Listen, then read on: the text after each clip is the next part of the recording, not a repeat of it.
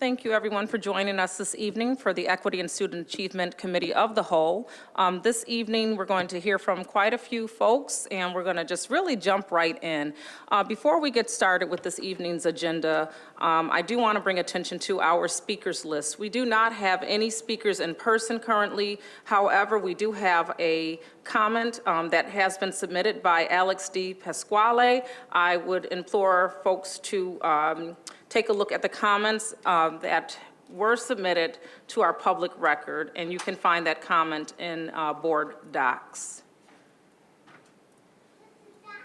I'd also like to take a moment to move into, make a motion, should I say, or entertain a motion to accept the minutes from the April 18th ESA Committee of the Whole. So moved. Second. Okay, moved by Commissioner Malloy, seconded by Commissioner Adams. All in favor? Aye. Okay, thank you. I also want to take a moment to acknowledge our current, thank you, Commissioner LeBron, Vice President LeBron, acknowledge our commissioners that are not here. We do know that Commissioner Patterson is on his way. We have Vice President Beatrice LeBron on Zoom this evening. We also have our state monitors, Shelley Jallo, on Zoom, and then who you see up here. So I think that will conclude that portion. We're going to get ready with the real reason we're here, part of the real reason we're here, which is our robotics presentation. So I'm just going to take a minute to open this up to make sure I announce you properly. Trying to get our slides up. And so we're going to first and foremost hear from our district team. We have about 3 teams that I'm acknowledging this evening. Rock City Robotics 38, which is our all-inclusive district robotics team. We'll learn more about that. We also have Robotics 1450, which was not able to be represented this evening, but we know that Rock City Robotics 38 will kind of speak to them in regards to that. And we also have the XCATS robotics team. At this particular time, I'm going to ask 2 of our student representatives from the Rock City Robotics 38 to come forward, that being Shia Torres, a 10th grade student at School Without Walls, as well as Ariana Herman, an 11th grader at Edison High School. So we thank you this evening, and we are looking forward to your presentation.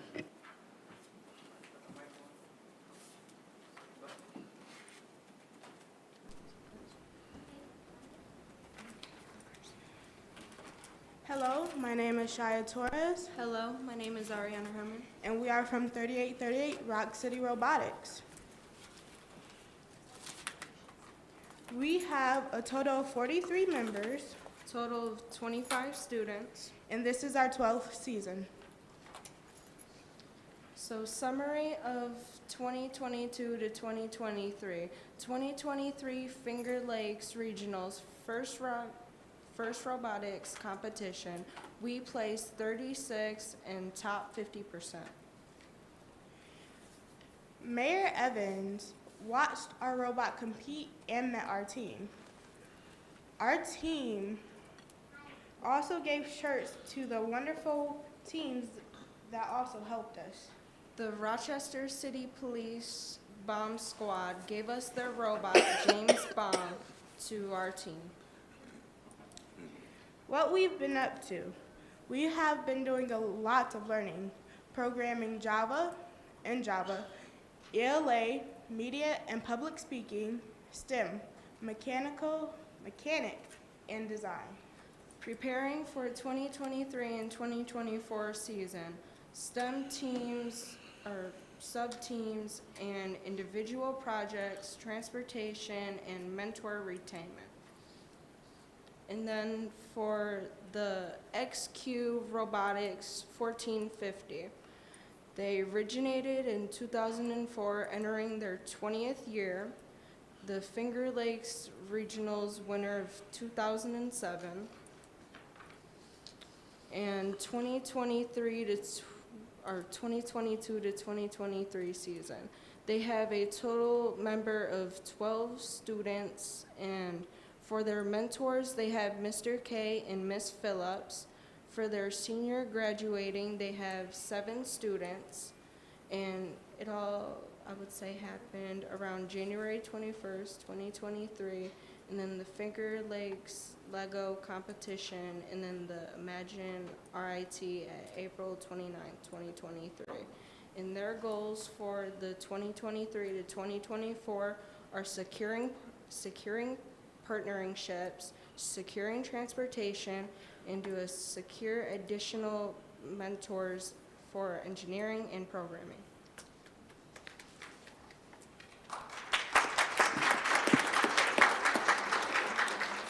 Thank you. At this time, we're going to have representation from the Wilson XCATS robotics team, and that would be James Preston, an 11th grade student at Wilson, as well as Raina Kedavan, did I say that properly? Raina Kedavan, a 10th grade student at Wilson.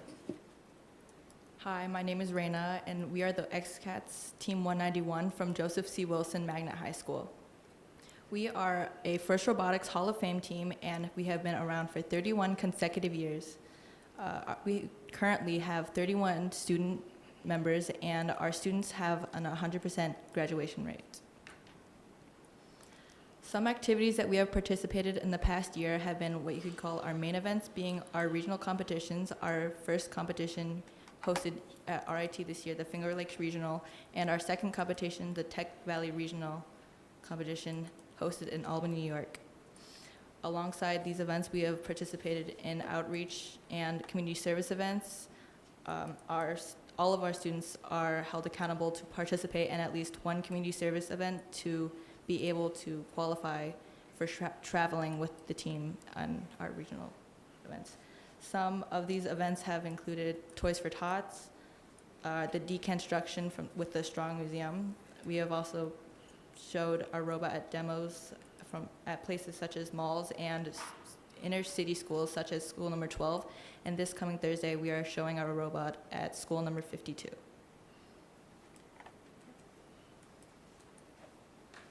Hello, I'm James, and at XCATS we have a lot of advocacy-centered events. These are spearheaded by our wonderful mentor, Ms. Vicki Robinson. Our advocacy events are centered around giving FIRST robotics more visibility in the greater Rochester area and all of New York State. They're also centered on giving consistent funding to our New York robotics teams. A lot of problems that these robotics teams face is that they get 1 or 2 time loans to start up their teams, and they go strong for 2 or maybe 3 years. But due to the cost that it takes to run this program, getting students food and transportation and lodging for out-of-state events and all of this other stuff, they fall apart, really. They don't have the funding to keep things up. That's one of the major problems that they face. So here at XCATS, we've done a slew of different advocacy-focused events. We have hosted local legislator Harry Bronson at our build site, showed him around everything and showed him what we do there. We have personally invited Mayor Malik Evans to a local robotics competition, which was the Finger Lakes Regional this year, just a few months ago. We invited him, and I personally gave him a tour around, introduced him to all of the Rochester robotics teams, and sat him down so we could watch a few competitions. He even expressed interest in getting his son into the program, which I thought was amazing. And tomorrow, the XCATS are actually traveling with Team 1511 to an event called Robots at the Capitol, hosted in Albany, in which we were just going to show off our robots at the Capitol and lobby for Bill A3445. Now, this is a really important bill. It advocates to get us sustained funding for Title I schools, and these are schools with a higher poverty rate. They have a lower graduation rate than a lot of schools. With the funding problem, it's not really experienced by these larger and better funded suburban teams. So there's a huge disparity within the FIRST community with inner city versus suburban teams. Inner city teams are really underrepresented. So we have only a few active and consistent inner city teams versus the vast majority of outwards suburban teams which are currently active. So I want to give a few quick thank yous to the RCSD Transportation Department, who have been instrumental in getting us transportation to and from our meetings. We want to thank the RCSD IT Department. We want to thank the Wilson and Edison principals, Gary Reynolds and Jacob Scott. And we want to thank our major sponsors, Xerox, RCSD, and ESA. We want to give a really special thank you to Ms. Kimberly Tux, who is the high school teacher. Yeah. She's the high school teacher who assists our team, and one of the biggest problems we have is that she's not compensated correctly for her work. We have teachers who coach sports who are paid almost 3, maybe 4 times as much as she's paid. And with robotics, it's not a one-season sport. We have our preseason, our build season, and most recently our postseason. So she works for many, many hours and isn't being paid nearly enough, not as much as she deserves. So how can you help? You can use RCSD relationships and connections in order to help us secure more funding, not just for XCATS as a team, but for all inner-city FIRST teams. You can help provide busing to and from every meeting.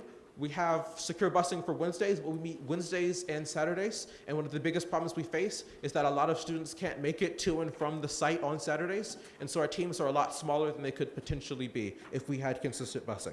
You can add Bill A3445 to your legislative agenda. And as I mentioned, that's the bill that's advocating for us to get consistent funding to help start up and maintain robotics teams throughout the interstate interstate Rochester City.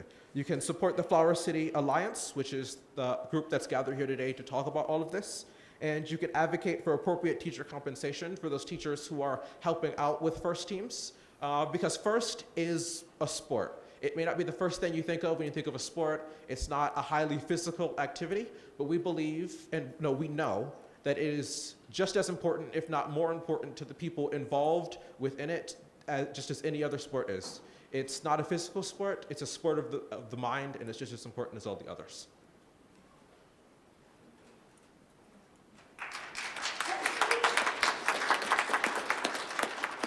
And then we wanted to say thank you to Xerox and our Rochester City School District, Mr. Keith and Rankin, and the NYSSA students in the Edison Engineering Center. And then also we wanted to say a big thank you to the FRC Team 3838 mentors. We also wanted to give a thank you to Merlene Blocker, Kelly Nicastro, Gary Reynolds, Jacob Scott, Richard Smith, Coretta Wright. We also want to give another huge thank you to Terry Woodard, Tenant, and Mr. Sheldon Cox. And we also want to mention our transportation. We have a couple of bus drivers that has been the greatest to us. Want to give a huge shout out to Mr. Lou. We love you. And thank you a lot. Thank you so much.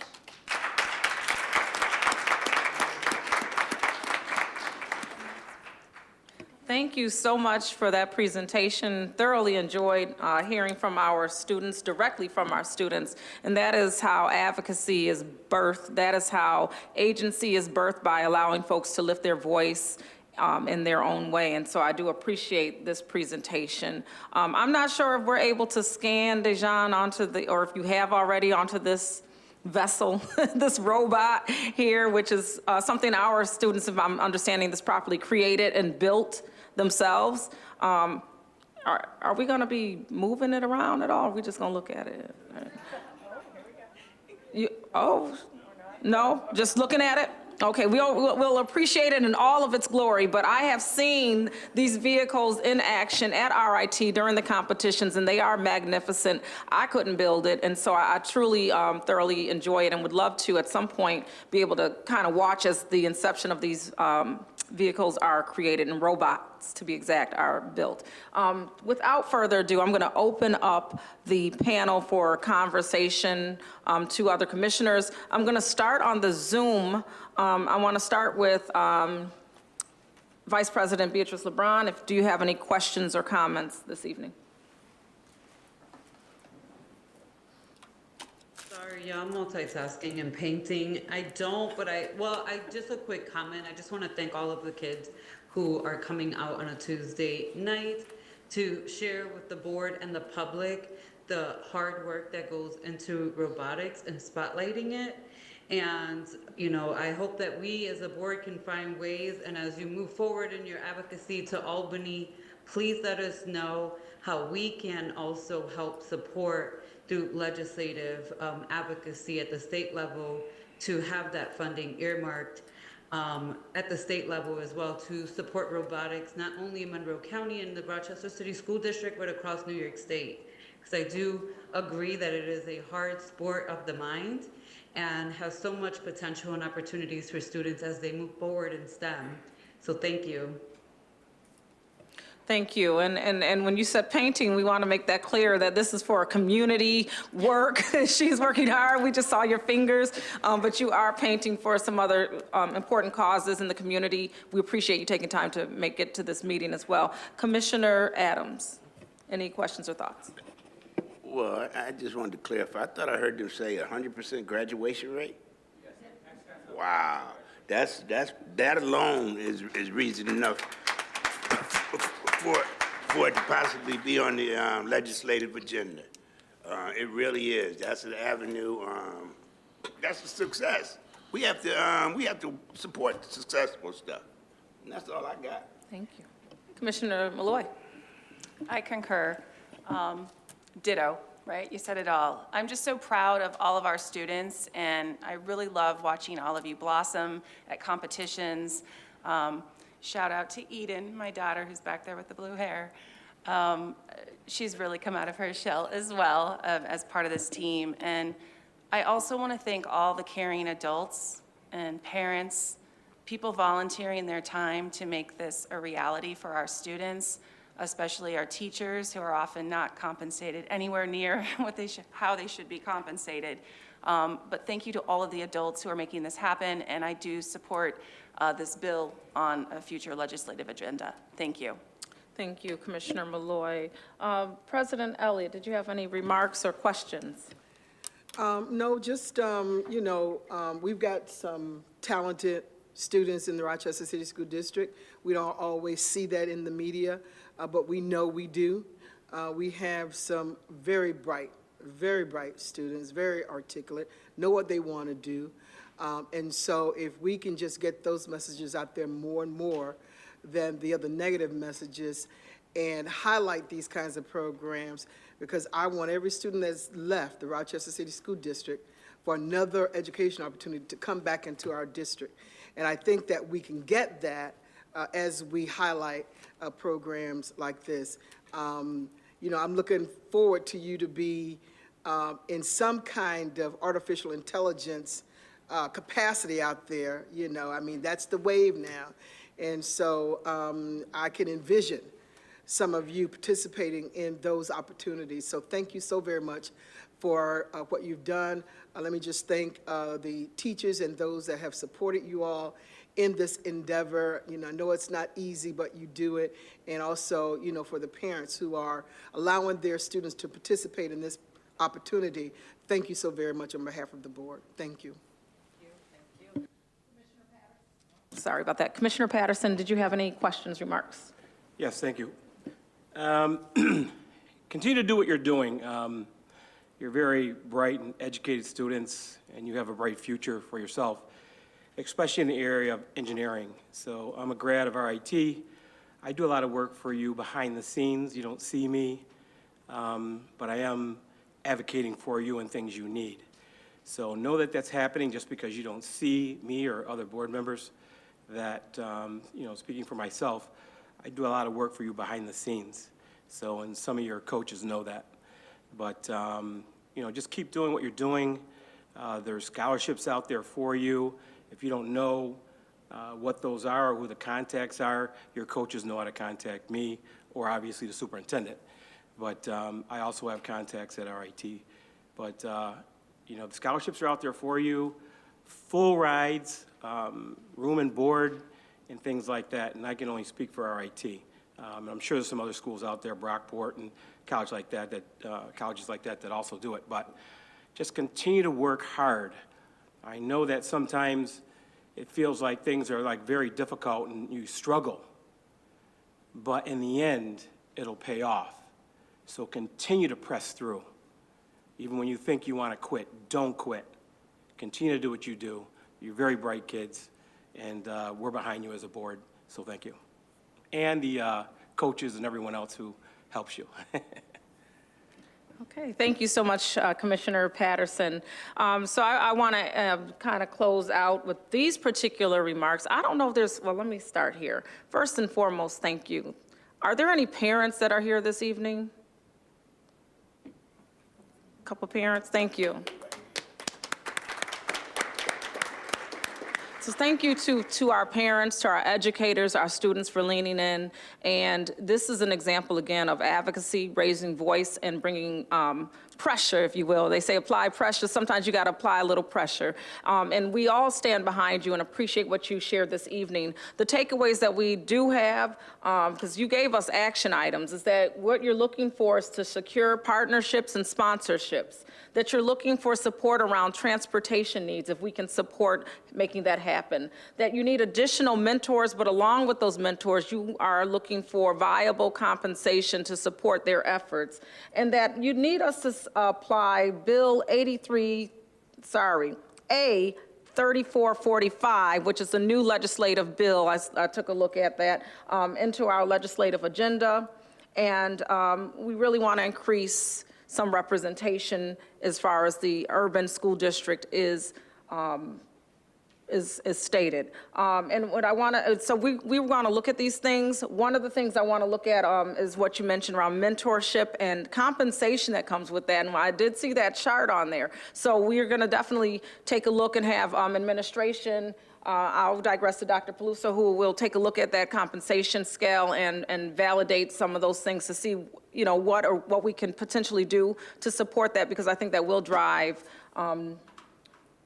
different people signing on to support that. I've had some very direct and personal conversations with you all, and I think that the work you're doing is phenomenal. What I was going to ask is if there's an opportunity for like a picture, because there's no way you can have this group of people in this room and not take advantage of the optics. That was a pun, because y'all, you know, of the optics that are in this room. So I would like to just take a brief moment to do that. I don't know if we can take a 2-minute recess or how that works. Dejan, can we take a 2-minute recess, get a quick picture of the students? If you all can just come and stand on up, we want to support that and show this day. Thank you. We'll take a 2-minute recess at this time. Want a motion for a recess?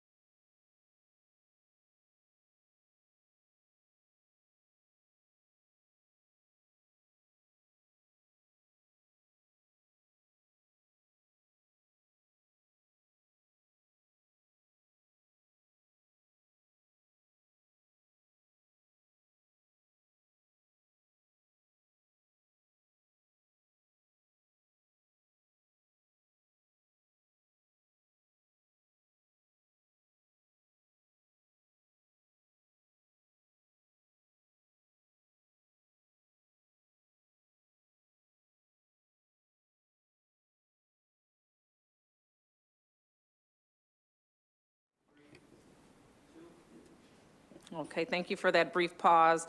Just moving back into the Equity and Student Achievement Committee of the whole, we are going to move forward with our presentations this evening, and we are going to take a look at our attendance department, strategic partnerships and interventions, and at this time, we're going to ask that Director Carly Jelsma approach to share again attendance updates with us. Thank you.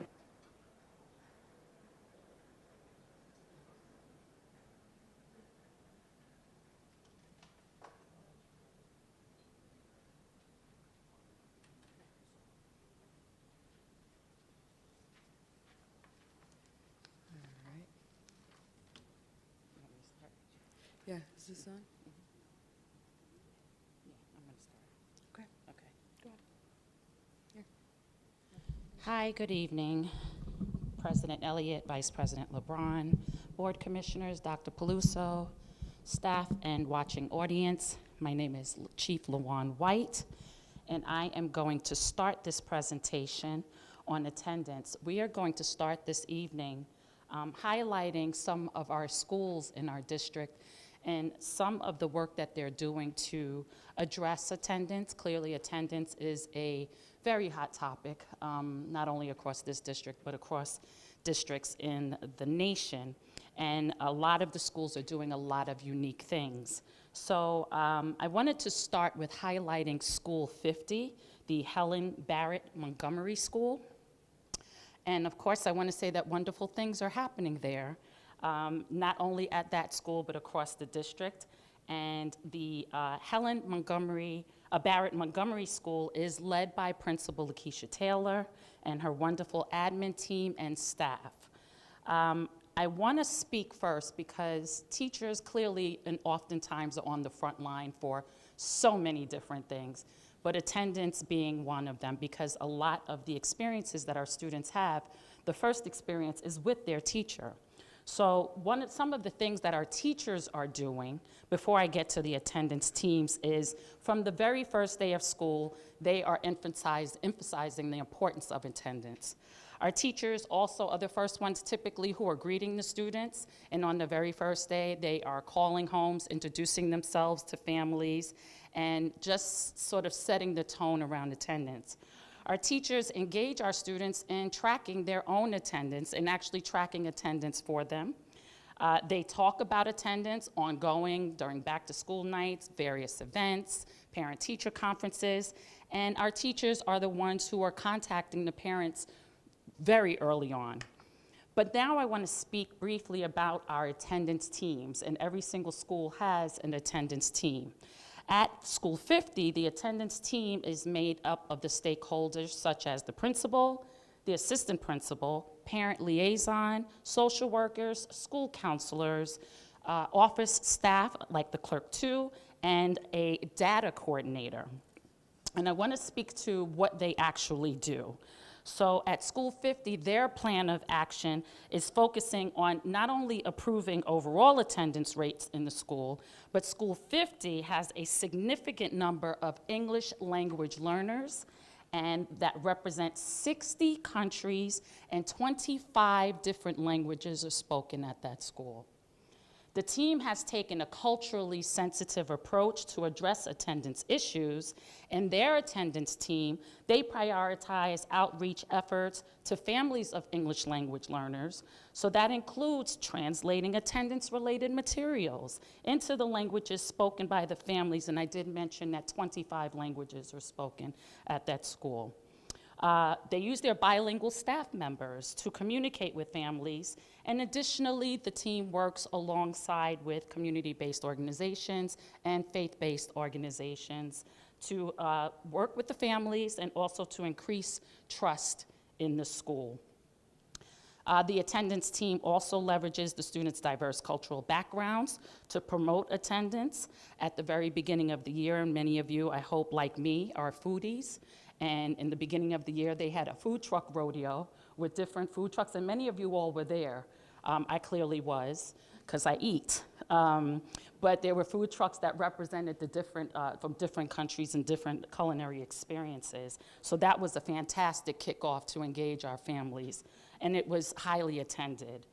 In relation, so the attendance team, They are given, each member is given a grade level, and they are responsible for that specific grade level. And what they do is they make contact and they document all the contact and all the communication, and bi-weekly they have attendance team meetings and they discuss what transpired in the contacts, the things that they have to do moving forward, the strategies that they're going to use.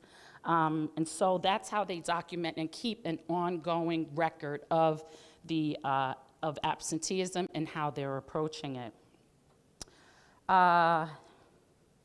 Some of the things that they do in celebrating good attendance is they have different things like brag tags. They give certificates. They have ice cream socials, popcorn parties, dances. These are some of the ways that they celebrate when they have achieved the type of attendance that they would like to achieve. I can't go without saying, when we talk about a school that has 60 countries represented, that oftentimes some of the challenges that they're faced with, that they are addressing on a regular basis, is oftentimes the families will leave and go home to their native countries, and they'll go home for a month or 6 weeks, and these are the things that they're tackling while they're addressing attendance. And I also have to mention the holiday, Eid al-Fitr, right? Where they had a significant decrease in attendance, but it also is a high holy day. So for our Muslim brothers and sisters, so School 50, another school, RIA, was faced with attendance challenges around that holiday. So my hopes is that that day will be recognized like other high holy days moving forward. So this is my highlight of School 50. Thank you.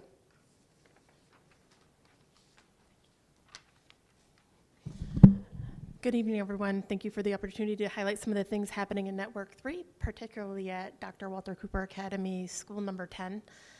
They're doing some really phenomenal things there to attack the attendance challenges that they're hitting, that they're receiving. One of the things that makes this unique is it is a school that's in receivership, and one of the designations, one of the demonstrable indicators revolves around attendance. So they have a lot more pressure at 10 to address the attendance concerns, as do all of our schools. What makes it particularly challenging is when they set the targets for this school, they set them pre-COVID. So pre-COVID, they were at 20% chronic absenteeism. Their target is 18. Right now, because of COVID, our chronic numbers are really high. It's going to be really challenging to hit that pre-COVID mark. And so this is going to take a couple years, but we're confident with some of the things that they're doing that they're going to hit those targets. They have two approaches to attacking attendance challenges at their school. The first one is to make sure the school is a place that kids want to show up.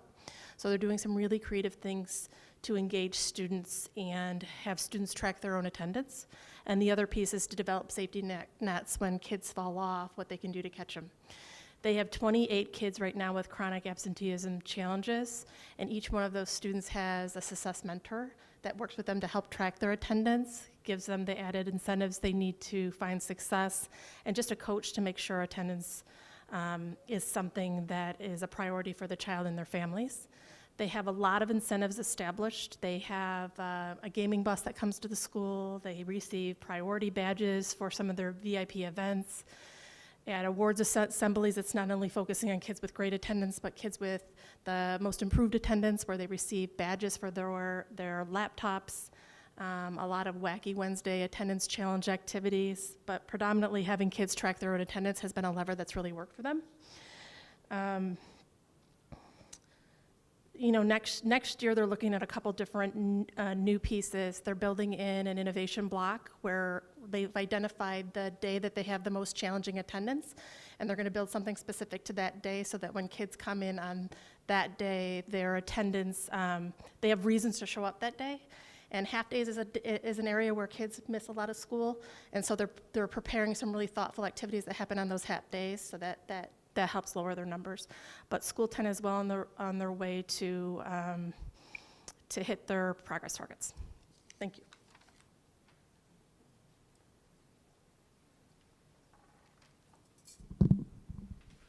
Good evening, everyone. I'm Dr. Matthew. I'm acting school chief, and I'm going to highlight Edison.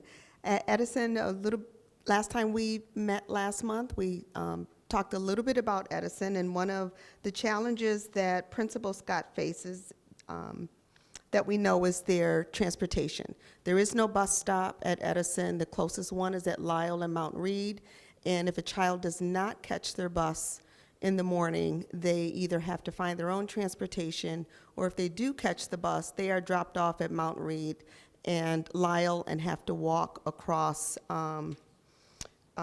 37 minutes away to get to the school.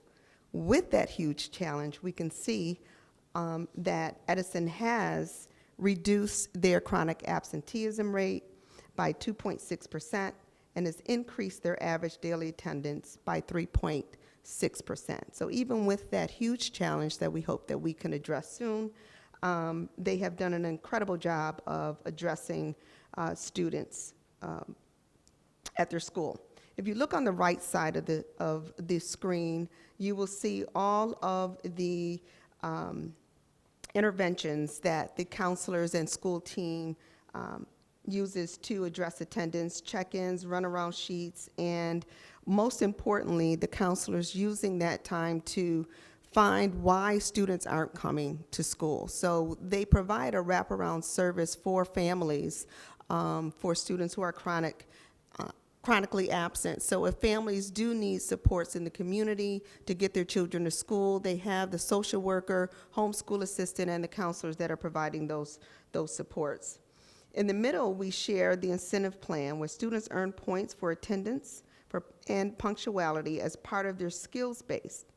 They are expected to demonstrate those in school, but also out of the 7 skills that they are taught in that program is preparing them for the workforce. The biweekly attendance meetings also held by the counselors, the principal and homeschool assistant. They are tracking those students who are chronically absent, and you can see the chart on the left that shows the progression of students that were chronically absent and their improved attendance based on the supports that the counselors and the team provides. And again, while strong efforts are made to improve attendance at Edison, they are without those barriers, but kudos to Principal Scott and his team for, even with those barriers, are able to show us that students are coming and the efforts that are placed with those students are yielding the fruit.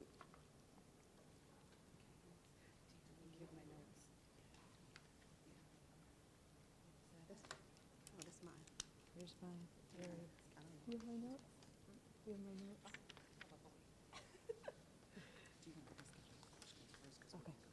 Okay. Is there any questions for the chiefs before we go? So that's the end of the presentation? Okay. I'm going next. So let me just ask my colleagues if they want to use this time for questions. Okay, so we'll open it up for questions at this time, and I'm going to start with Commissioner Malloy. Thank you. A comment more than anything else. I'm just so shocked to hear that there isn't an RTS stop at Edison right there at the school.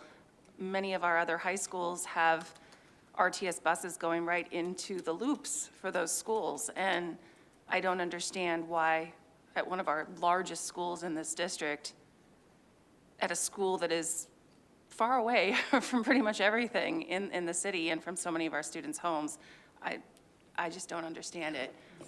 So thank you for calling attention to this. Yeah, thank you. That was something that I raised at budget deliberations at length. Any other questions, Mr. Commissioner Adams? So I've been around and I've seen RT, bus company. They used to be RTS. There's something else, Rochester Regional now. But anyhow, I've seen them reroute those buses, man. I mean, as recently as in the past 2 years, they've changed routes. They made the buses start going inside Walmart when they wasn't going in there. Why there's not some type of collaboration or support coming from them, that's something I think we need to pursue, because they do it all. I've seen it happen. And I ain't talking about back in the days. I'm talking about I've seen this happen in the past couple of years. They've rerouted buses. Hats off to Principal Scott out there for just doing what he do. But I have one suggestion about the half-a-days and the absenteeism that's throughout the district.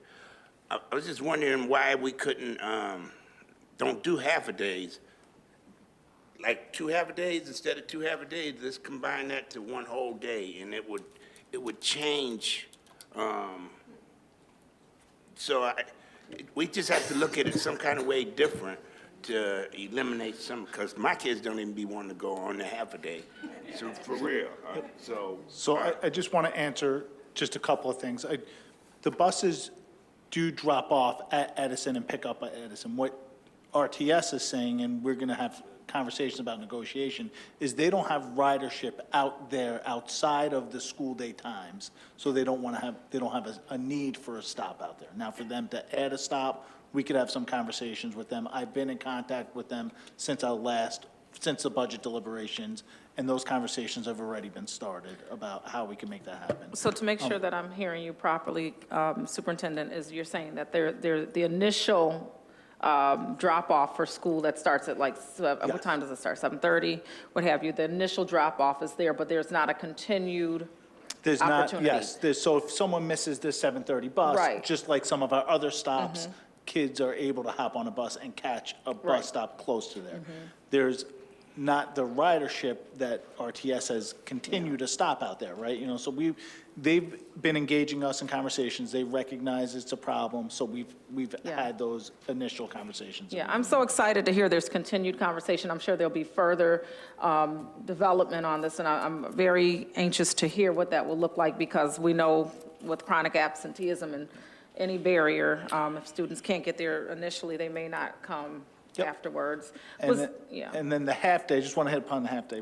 A half-day is a quote-unquote instructional day, right? It counts towards the 180-day mandate. When you combine days, you reduce a day, and I understand it's not ideal. So that is some of the, if we were to reduce the half-days to a full day, that would be a loss of an instructional day for our calendar. So we'd have to look at our calendar to see where we could add a day versus having that. So. Okay. Any other questions from commissioners at this time? Commissioner Patterson? Yep. You know, for me, the chronic absences is pretty high. Are we documenting the reason or reasons for the chronic absences, and what are the consequences for an individual that is continually late? Is it busing, or is it I'm just waking up late? Are we documenting those things? Because that's what we're going to want to see. So I'd like to see the statistics on that, why these kids are chronically late, and then how we can address it or help address it at the board level. So those are some of the things I'd be looking for, if that's an issue. Yeah, so the streamlined approach to chronic absenteeism across the district, pulling out some of those anomalies that are significant barriers. So Edison might be an anomaly. At other district schools, you don't see that, and how that's being addressed. But district-wide, how is that happening? And the spotlights, I think, are helpful as far as maybe some strategies that are working. And, hey, we're gleaning from these strategies. We would also like to implement some of these strategies across the district. We see this working well here. We're recommending this to other schools. So that's the bigger scale picture we're looking for. But it sounds like there's more to this presentation that we'd like to allow you to lean into. Thank you. Good evening. My name is Carly Jelsma. I just want to share briefly. I'm going to work on my voice. I was speaking a lot today, working with our homeschool assistants and parent liaisons. So I got my water prepared. I joined the RCSD family in 2015. I was a per diem, part-time social work sub at Roberto Clemente. By the end of that year, I was full-time, and I loved every minute of it. I then went on to be a part of the Student Family Support Center, which really was a radical experience for school number 8. And from there, I went to school number 12 as a community site coordinator, and this amazing opportunity presented itself. I stepped into this role in mid-October. So I really feel passionate about being part of this family, and I want to share that with you because I haven't gotten the chance to be in front of you, but here I am. So, the attendance department. Our vision, we envision an educational environment where attendance is celebrated as a key component of academic achievement, providing every student with the foundation they need to achieve their dreams and positively impact their communities.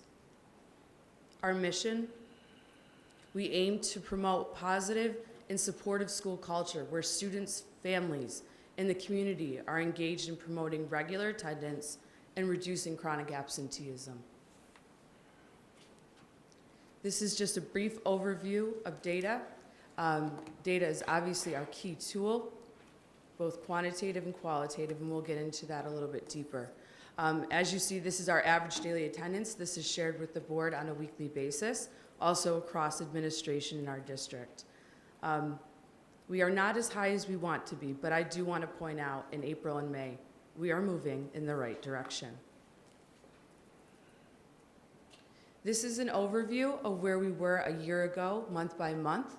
I think this is one of the most motivating charts that we have when we're sharing this with schools, when we're working as a team.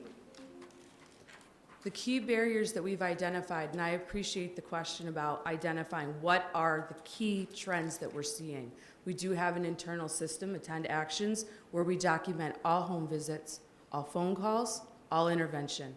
That's our system to let each other know across the district what's going on. One of the key, or I should say the key barriers that we're seeing to positive attendance, safety, which comes back to climate and culture. We have safety issues.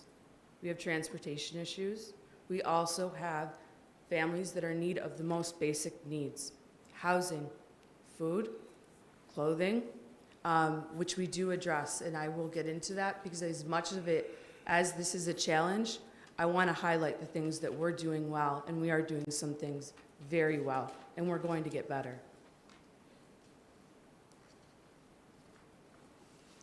So this is the chart. I know this has been shared on a weekly basis as well. You know, we look at it and we get to that 9th grade, right? And it's glaring. I myself, when I first saw this chart, I said, what's happening in 9th grade? Oh, geez. This is a huge ordeal. We partnered with our IM&C department to provide the next slide where we break down our 9th grade data. And I'll share that in just a moment. The area of focus, though, will remain to be our 8-9. That's been on all of our radar for quite some time. We need to do a great job at transitioning our 8th graders into the high schools. Receivership schools, as well as the support given to our secondary buildings. As you can see, this chart now breaks it down by cohort. And I know that there's a later presentation this evening that will explain more of the dynamics of how we break this down. But what you can see, excuse me, the 9th grade actually has an average daily attendance of 77.12. That's far different than the chart that you just saw. So there's the truth. As you see it going down, on the other side, the class of 2025, these are students that didn't have enough credits to make it to the next grade level. This data is so significant because what we can do is download and look at this and say, how do we reach these students? Because we don't just keep on going by. We need to reach these students, come up with a plan. The secondary buildings, and you saw that tonight with the great work that's happening at Edison, they are making plans for each of those students. Franklin has also done the same, and so has Monroe and Wilson. A call to action. Yes, it is a firm phrase, but it is a call to action. In order for us to provide intervention and prevention across our district, we have to know the differences between what we're working with. Truancy is different than chronic absenteeism. Truancy is usually seen at the higher grade levels, and we're seeing a bit of a crisis situation. Chronic absenteeism, you can see it incorporates all excused and unexcused absences. Going forward in the attendance department, I can proudly tell you that we are moving in an intervention and prevention model.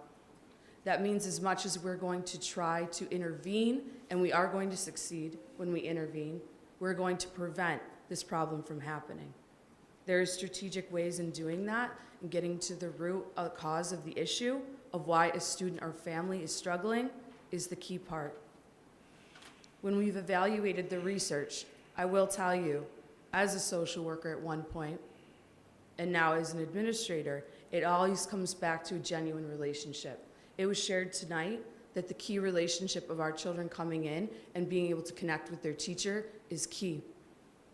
Having children enter a building and feeling welcome and celebrated for who they are at school number 50, that's key. That's genuine. Our tiered support. The purpose of the presentation tonight was about strategic partnerships.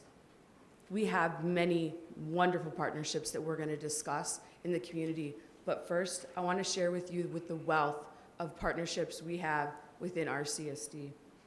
We have amazing resources. We can address our problem not by stepping back, not by looking at it from the old same angle. We're going to look at it from a different one and see our problem differently so we can address it differently.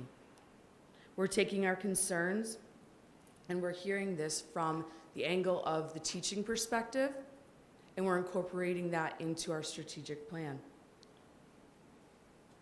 With the community site coordinators and this community school model that we have seen great benefit from, they're spearheading a lot of the attendance effort in the community schools. The collaboration and attendance focus, as I shared, my voice is a little hoarse today.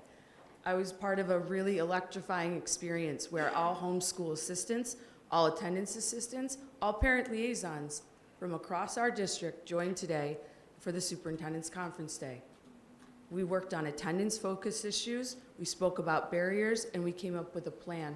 We heard the truth of what the problem was going on in each building. We identified trends.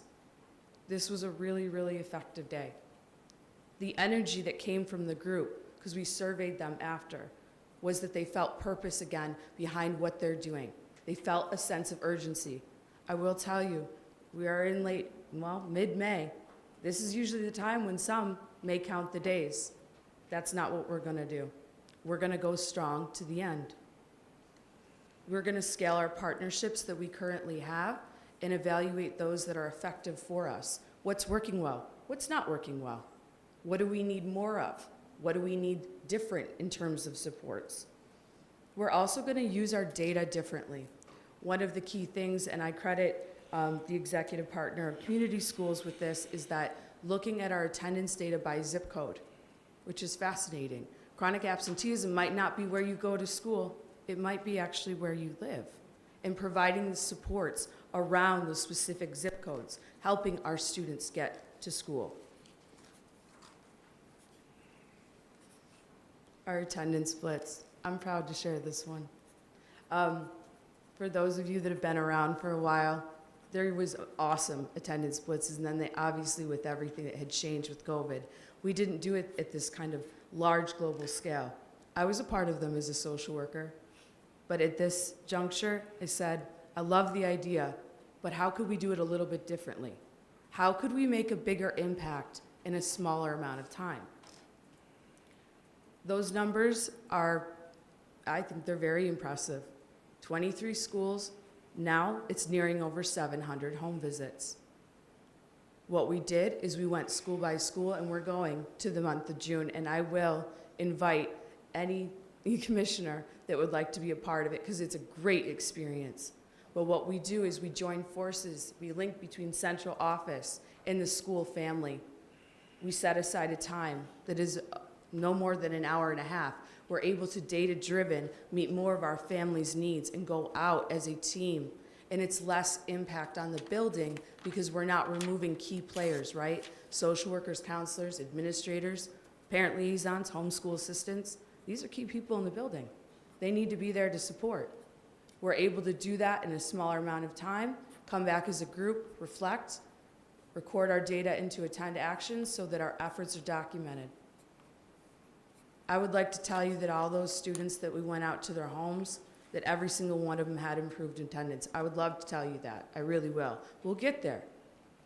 But that's not the case. What is, though, is that we are able to send a message that our CSD cares deeply about our families and our students, right up to the end. We're going through June. School number 12 did this. They did this upwards of like June 12th last year. And what it said was, we want you here every day. It's important to us. This is meaningful. It goes back to the genuine relationships.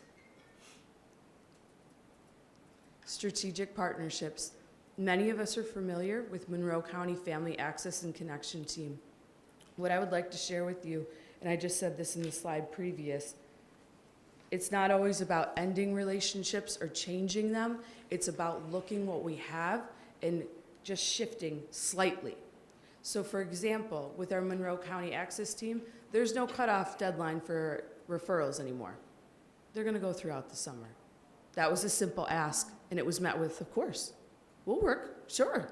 You can do the referrals and we'll keep going through the summer. We want you to open up with success. Excellent. The next ask, why are we waiting to tier 3? Why are we waiting for it to get so severe when this is our intervention? Could we do this at a tier 2 level? Both parties agreed and said this will work better for everyone. Monroe County wants to partner more with families. This is a way of supporting our families differently by bringing them to the table when the intervention is being provided. If this doesn't work for them at that point, we need to come back to the drawing board. That's true partnership, not doing for, doing with. Hillside Family of Agencies. I'm very proud to say that I've worked single-handedly with the supervisor for years. I was on the phone with her and I said, listen, we have the need. How long is your wait list? Because that's the next question, right? How long is that wait list? She said, we will prioritize RCSD. We've seen great work come from RCSD.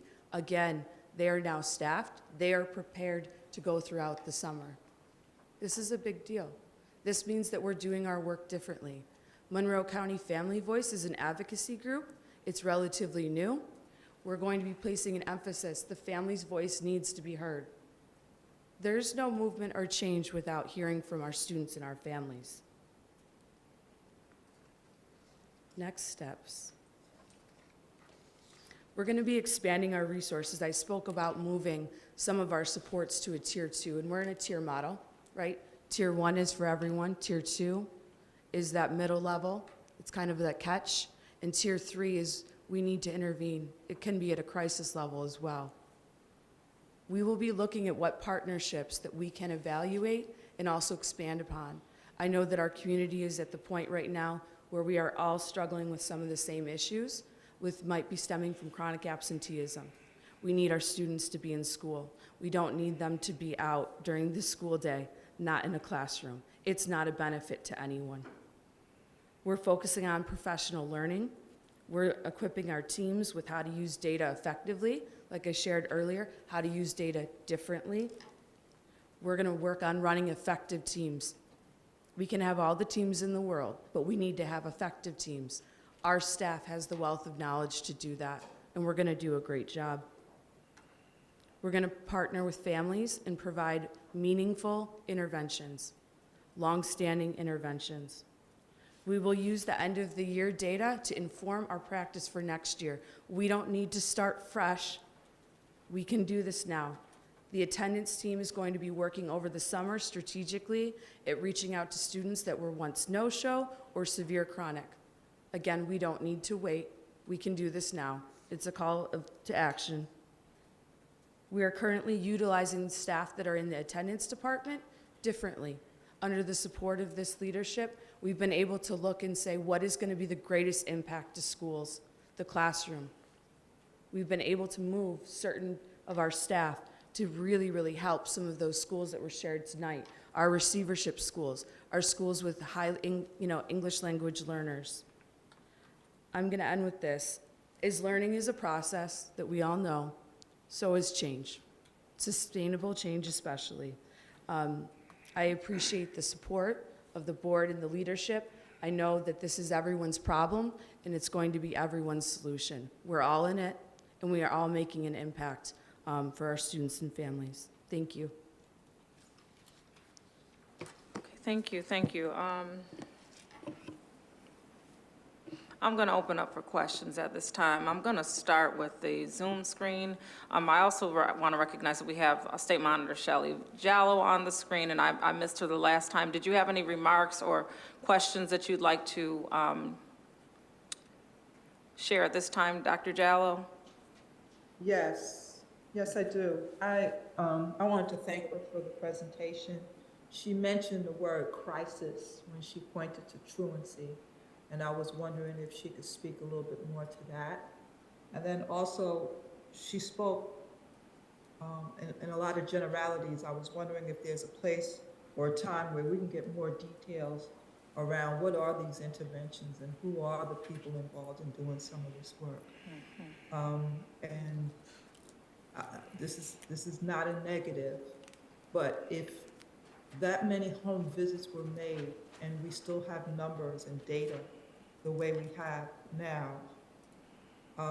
has anyone given consideration that maybe home visits or home visits the way that they're being done are not giving you the return for the investment of time and people that are engaged in that kind of activity? So those are my initial thoughts and questions about the presentation, which I truly appreciate. Yeah, I can respond to that, and Carly, if you need to add. So when we look at the home visits in terms of, is it directly impacting attendance, we're not seeing the impact we need. But what we are learning from the home visits are a couple of things. What's keeping kids out of school? It allows us to see the condition of the home and what might be the needs of the family, and then we're able to offer them resources to help aid them in what they need. So it provides us a lot of information, and it also sends a clear message to our families that we care about them, that we miss the students when they're not present in the schools. So I would agree that we've not seen necessarily the impact that we can say because of home visits. Attendance has improved by such and such percentage, but it is giving us a lot of information about the community that we serve, and also at times the needs, because when students are not present in school, there is a need that is not being met. And instead of making assumptions, we're gathering assessment information and data and thinking about our community schools, how can they meet the need in that particular area, whether it's mental health, food, housing. And so that is one of the many values that we see, the importance of going out to the home and connecting with our families. Any additional questions? Just one other question. She mentioned that children expressed that they didn't feel safe, and so, or safety and security. So I wondered if there's a place to understand a little bit more about that, and does it look differently for elementary children that you visited versus secondary high school students that you visited? You know, when they talk about safe, are both groups talking about that? And if they are they talking about it in the same way? I believe that each situation is different. When the parents are opening up or the families are opening up about why their student is attending, the gain to have is that relationship, right? When it comes to the safety issues, we're having genuine issues at our upper school level. This is not new news. What we can do with it is going to be different, though. Edison, we had spoken about earlier tonight, has made a plan to directly connect a caring adult at that upper level to, it's almost a mentoring program. That's meaningful. That is providing a safety structure. At the lower grade levels, it is not the same as it has been, what's being expressed in terms of trends. But I really go back to when we're looking at the time frame, I do believe that the home visits and really creating a genuine connection, I don't believe that we will be lost by doing that. Thank you. Vice President LeBron, did you have any questions or comments? I do have a comment, and I do want to commend everyone for doing the home visiting, big supporter of home visiting programs. For the same reasons Dr. Turner mentioned, you do get more insight, more than kids can verbally express, right, just by visually seeing some things, but then connecting with the family directly as a trusted adult to start building that relationship, because many of our families don't trust systems and staff who represent systems, and that's just the reality. So kudos for that piece. I do want to just add, though, that there are a number of reasons and issues that attendance is impactful. One of them also being how the state counts attendance or lack of excusing attendance for some families, right? It could be chronic illness. It could be the family has chronic illness and they themselves can't get the child up and get them ready for school. I've seen those things. I myself my daughter had mono in 3rd grade, and I always talk about that because that was 10 days of us in and out of the hospital telling us that she may have strep, testing negative for strep, nobody ever thinking about testing for mono until 10 days later and 4 ED visits, right? Like, that's not good systems interaction. But the result was that my daughter missed 10 days, and it all happened all at once. And then there were other times that she missed for other reasons, whether she was sick, I was sick, her sister was sick, and so forth. So I do think there needs to be some advocacy at the state level as well around being more adaptable and flexible in today's time and reality. In addition to the district then offering some sort of virtual classroom option for kids when they encounter those issues. Because I don't think as much as our staff and our social workers work, are going to be able to solve deep-rooted systemic access to resources or lack of resources that exist in this community. Housing right now being the #1 lack of resource. And recently, and I'm gonna start using this and create a visual for it, I'm starting to push back on folks who use the word resource like there's an abundance, because the reality is that there are limited resources in Rochester, but even access to those resources is like a maze. You are literally in a maze. You may hit the door to open it to access that resource. You may not, you may have to go through another maze because of the amount of paperwork, the amount of requirements to access the resource, right? So on the community end, pushing back our nonprofit partners, if you will, to say lower the threshold required to access resources, because it is a little bit ridiculous that you have to fill out a 10-page paper to access something like an after-school program. And I just want to put that out there, and I know that there are all these legal requirements for things, but we have to find a better systemic way for families to access and tap into these resources. And lastly, I will always push around this, and that is the fact that our walkers during the winter in Rochester, which I believe is 9 months out of the year because I'm always cold, but we don't have a long summer here. We don't have long, warm springs. We have colder, cooler springs and cold, cooler falls and hard winters. Is that, and I know that this is not realistic for the city to plow every single street, but we have to figure out, because one person I didn't mention, I didn't hear tonight in tonight's presentation, is what the city is doing to help us address the attendance issue. And so here's the solution that I hope they hear, because I know they watch our board meetings too, or somebody takes back to the mayor and some of his admin team, is to follow the model of Rochester walks that happened about 15 years ago in this community, where there were safe routes identified in neighborhoods for families to walk and just take a stroll and get some fresh air and exercise, and encouraging them to be outside. But earmark something where we can create safe routes to schools that have streets that are plowed. Because I'm gonna tell you right now, with these streets not being plowed, the expectation that kids are gonna walk through mountains of snow and walk through the street, there are parents that I personally know who their streets never get plowed, and they're not gonna send their child to walk through it, and they don't have the resources to Uber, Lyft, or take a taxi, or get their kids to school with a car. Their mode of transportation is RTS, and to send a kid to walk through mountains of snow. Again, I recognize that the city cannot plow every single street, but I need them to be more strategic in how they identify the streets and earmark them for kids as a safe walking route that they can be a partner in this work too. That's all. Thank you. Thank you, Vice President LeBron. Commissioner Adams?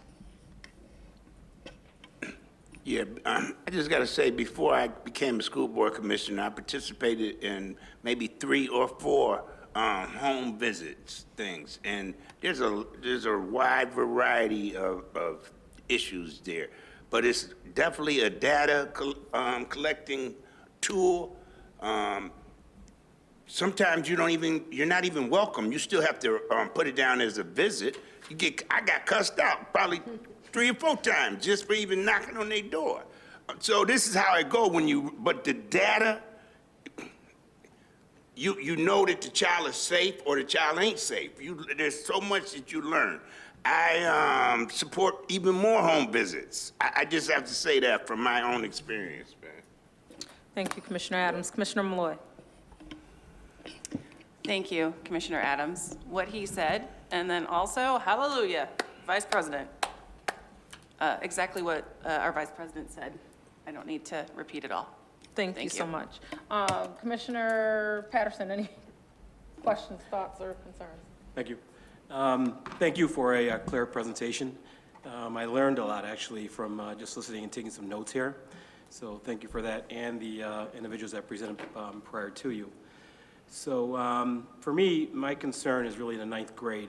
Looking at that, that's really low. So I'm going to throw a suggestion out there, more so to the superintendent, that we have a survey done, excuse me, a survey performed on maybe 8th and 9th grade to indicate or identify exactly why this level is as low as it is for 9th grade. Maybe we can target, or you, the administration, can target those things that you identify. So you mentioned something else that was very important about zip code.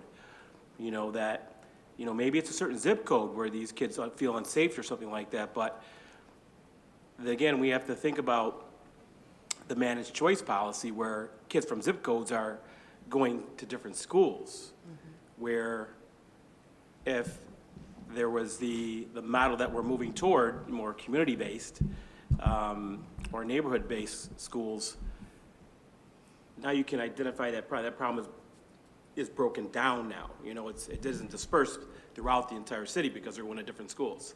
So therefore, I think it's a good thing that we're moving, a good model that we're moving toward, being neighborhood community schools. Let's see, possibly setting up an ad hoc committee to deal specifically with that issue, the 9th grade. That way it isn't taking individuals away from other jobs during the day. They can work specifically on this task, identify what the issues are, and come up with some solutions, and then present those, to the superintendent and to the board. So just some ideas I'm thinking of that might target that issue and help lower the chronic absenteeism. Thank you so much, Commissioner Patterson. Before we go on to you, President Elliott, I want to give Superintendent Peluso an opportunity to speak. The 9th grade attendance is a topic that we've talked a lot about, but I do want to bring you to the slide after it so that we just have a good understanding, and I think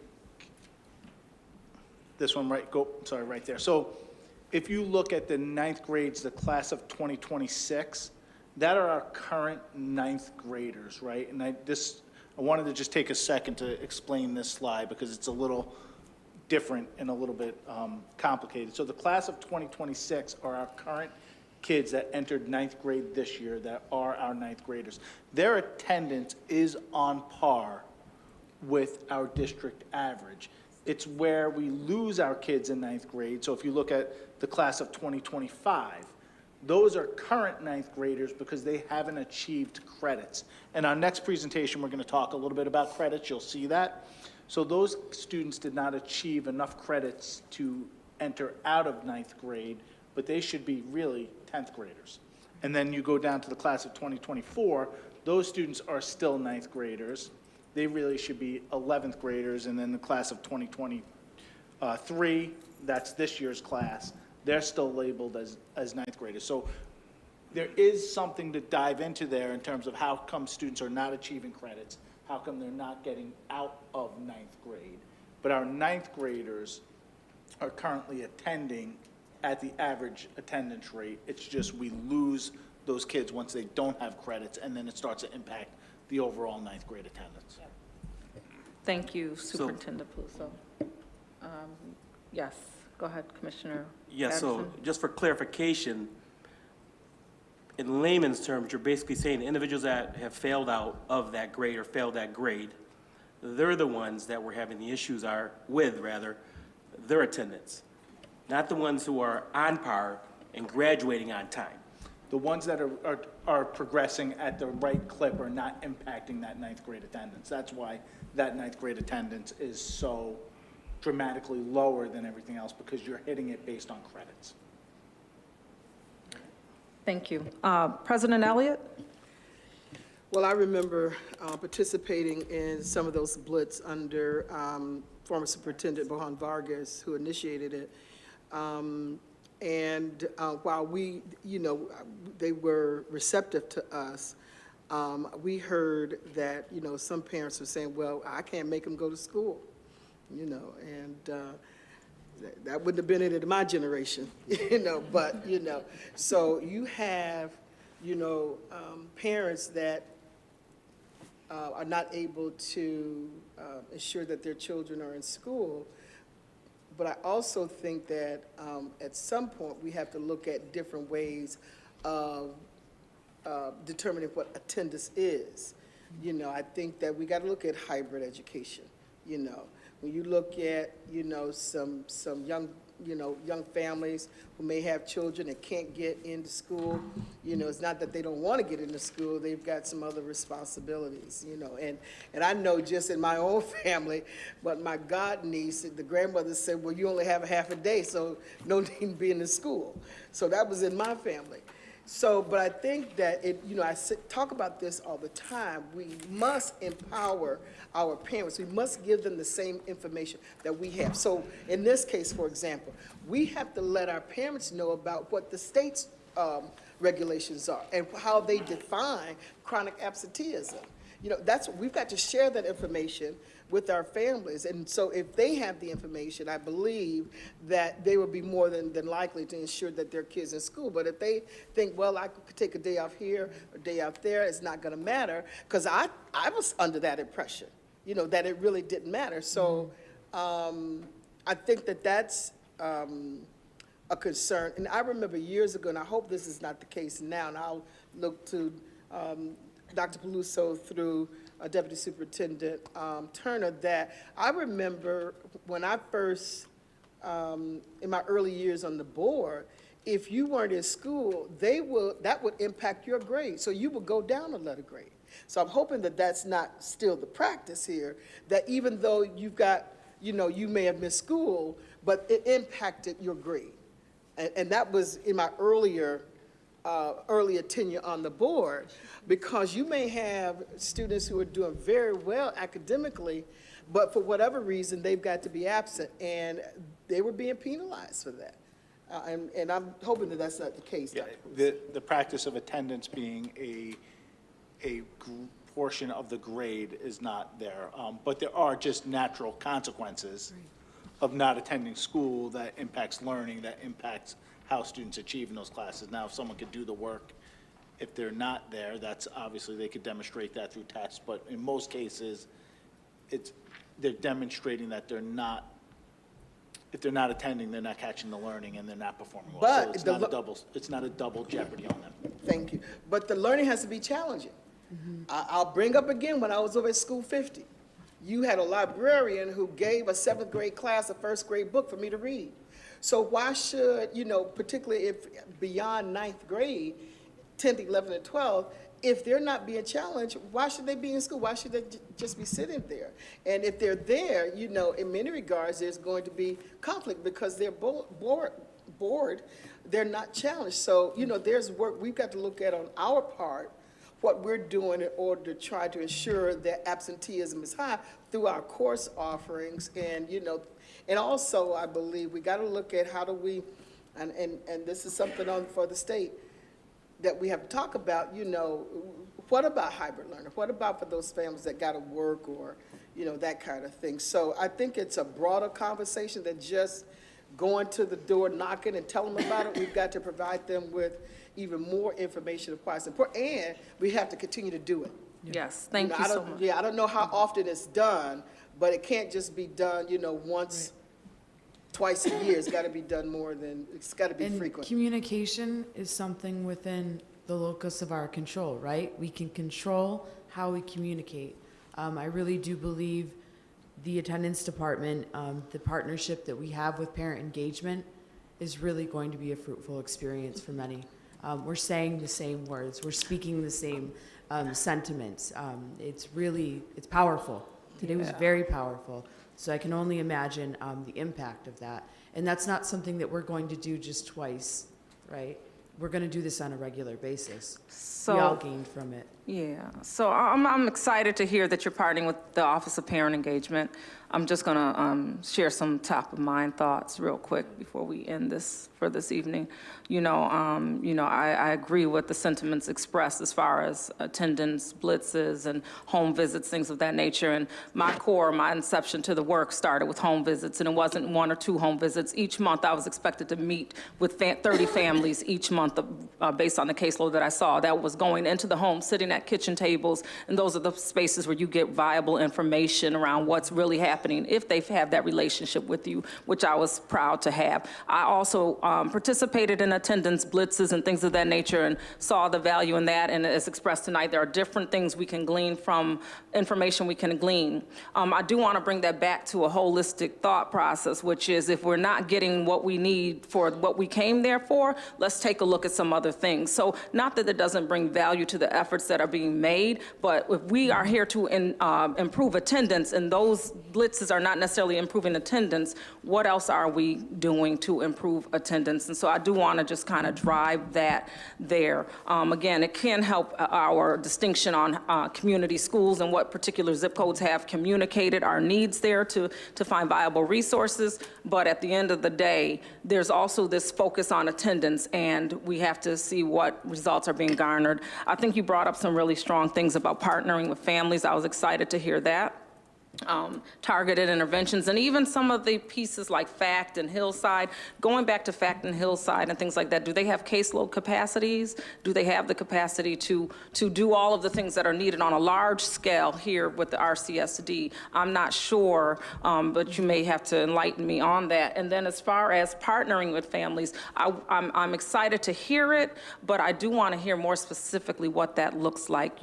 How are we partnering with families? When are we looking to implode or touch the strategic plan? What does that look like? What is the timeline? And as a result of us partnering with these families in these specific ways, what do we think our results will be? I wish I had all the answers, because then I would just be telling you what should happen, but I don't have the answers. But I think that those are things we need to be presenting on and thinking about and co-partnering on. How are we leveraging our partnerships in a strategic and viable way? I don't know if that's making sense. And then targeted to tier 2 interventions, the same would be my thought process there. What are those interventions specifically? Who's involved in them? And I know you talked about the attendance teams at the schools. What does that really look like? And I think that's where we get this viable meat. I think Commissioner Patterson spoke about on a large scale, like how we can lay that out across the district. But I do appreciate the, highlighting different schools. And I think Vice President LeBron touched on something very important also, which are recognizing what's within our sphere of influence and what's outside of our control. So there are some pieces that maybe we do need to leverage. So we can also speak to those. Here are some systemic issues that we need to lift and that we need support on with the city of Rochester, with the state. What does that look like? But what are we doing in this district? Because at the end of the day, one thing that I'm starting to become extremely cognizant of is that the hamster wheel, that I call it, of conversation just continues. And this is not towards you, because I know that, thank you for presenting, but I'm voicing just my thought and frustration, because there's a sense of urgency, like, what are we doing? What are we doing? What are we doing? What are we doing? Yeah, I know, but what are we doing? And that's starting to get under my skin. So I appreciate that, and I hope that we start to talk about what we are doing, and I look forward to continued conversations. Thank you. Commissioner Adams?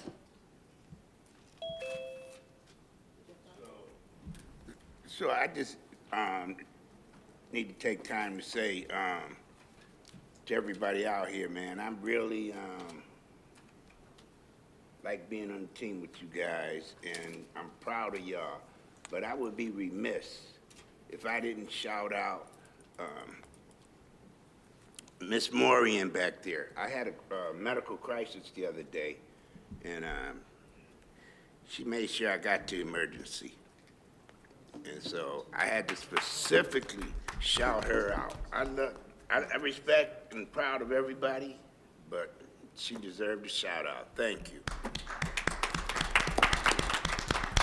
And just so you know, Chief Morian, he's been asking, like, when am I going to get my opportunity? I was going to give you opportunity after we close this out, but he wanted to thank you, and he said, if I don't find a way, I'm going to make a way, and that's just what he did. I appreciate you, Commissioner Ebb. So thank you, Chief Morian, for what you did for our commissioner, the People's Commissioner, who comes and shows up even when he's not feeling well. And we appreciate you. We're glad you're here. Thank you, Chief Morian. Thank you. I have one more thing Carly. for her. One last, okay, we're going to end with Commissioner Patterson, then we'll continue for the evening. Thank you. So, and thank you for the invitation, too. I've never been on, one of these, knock on the doors, for the children. And thank you for the invitation. I'm going to take you up on that. So You got it. please connect with me. I like to see what it's like. Anytime I'm speaking to something, I like to be, boots on the ground and really taking a good look at it. So I look forward to being invited out. Great, thank you. Yep. Thank you.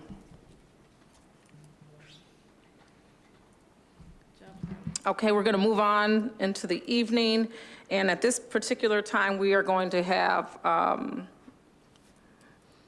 the Deputy of Teaching and Learning, Demario Strickland, is approaching us. I'm still keep seeing the tan. Cohort reviews and marking period third grade, analysis. I'm going to read that again for clarity. The cohort reviews and marking period 3 grade analysis. Good evening, President Elliott, Vice President LeBron, Chairwoman Simmons, Commissioners, Superintendent Peluso, and happy Mother's Day for those individuals that have motherly, nurturing tendencies. It doesn't even matter. I am Demario Strickland. I am the Deputy Superintendent of Teaching and Learning, and I'm going to present to you some data around our 2019 cohort, which is the class of 2023, which is this year, as well as some marking period 3 grade analysis. I was just listening to some of your comments when Director Jelsma was up here, and you would be excited to know that some of these things that you all are asking about, how are we doing things hybrid, like we are literally meeting to think about how we're going to meet the dynamic needs of our students so that we definitely improve these outcomes for our students. So first, in my visioning, I always like to connect what I'm doing with our board goals. This sets the foundation, the frame for what it is that we need to be connecting to. We're trying to increase academic achievement. We want to increase ELA and math proficiency. We want to increase college and career readiness. And we want to make sure that you all understand the importance of the achievement data and the trends that the data is showing. We continue to use these guiding principles as our foundation in the Division of Teaching and Learning, which is every child deserves to engage with grade level content every day. Our students must engage with high quality, culturally responsive experiences where they are affirmed, seen, and valued. And we also have an obligation to provide an equitable experience to every student across the district that is not dependent on where they live or where they go to school. And as you can see, I placed some of those words in yellow form because what we are going to begin embarking on is actually defining what does that actually look like for our teachers, for our students, for our paras, TAs, so on and so forth, so that we are really all speaking the same language. The next slide has some terms and definitions that you might encounter today. You may see the word ASAP, and that is one of our documents that guides our work. Academic Standards and Assessment Policy.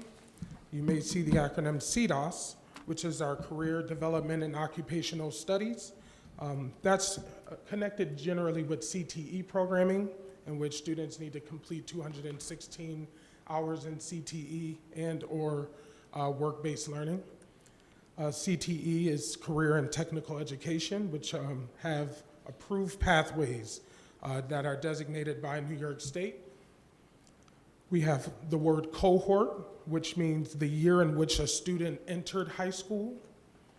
We have grade, that is the number of credits that a student has determined by, that is determined their grade level.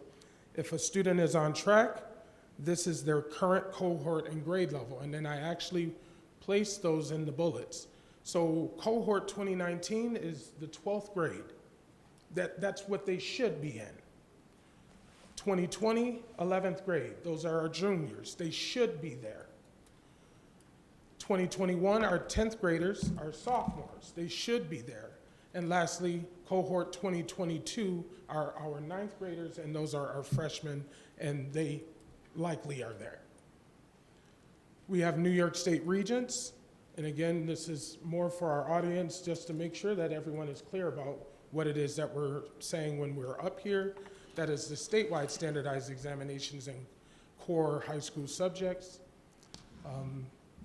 LEP means limited English proficient, and that's actually talking about our Ls and MLLs, which is our English language learners and multilingual language learners, and that language actually is going to have to get updated because that is how the state recognizes that subgroup in particular. They are Ls, okay?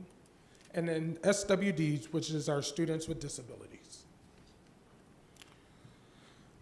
So again, students are considered the following based on earned credits on the transcripts, and Dr. Peluso already alluded to this. So if you're a 9th grader, if you're a freshman and that's less than 5 credits, you're a grade 10, you're considered a sophomore if you have between 5 and 11 credits. You're considered a junior between 11 and 16 credits. A senior is 16 credits and higher. A New York State mandate is that you have 22 total credits to graduate. And our framework, actually, with the less than 5 through 11, that's actually identified in Superintendent Regulations 4000R. So that is the policy or the regulation that guides our promotion criteria. So the information on the cohort 2019, which we're about to get into, it's really we use our ASAP document to sort of guide that work on how do we classify students that are currently in 2019 cohort. And that is also connected with our Regents requirements. So if students have a certain amount of credits, if students have passed a certain amount of subjects and or earned Regents scores, they are considered, that's the information in which we derive our analysis from. So this slide, and first, I'm sorry, I did not thank the Office of Accountability for supplying this data, and we're going to continue to work together to make sure that we really get deep into this data student levels so that we can really drive these outcomes. You see the 3-year trends from 2017, 2018, and the 2019 cohorts around this time. Currently, 16 plus credits. We are at 66.3, and that is down 0.2% from last year. So we're trending in a similar direction. In terms of 3 passing exam scores, and this subsequent data will look just like this or follow this similar framework, we are down a little bit, 2.3%, which is for 3 passing exams. 16 plus credits and 3 passing exams, those are generally our 2019 cohort, where we know that they're on the right track to crossing the stage in June and or August. We are at 64.7%, which is a slight decrease of 0.13. And we are acknowledging that drop, and that's something that has to be attended to. And our drops from this year, from last year, is currently the same.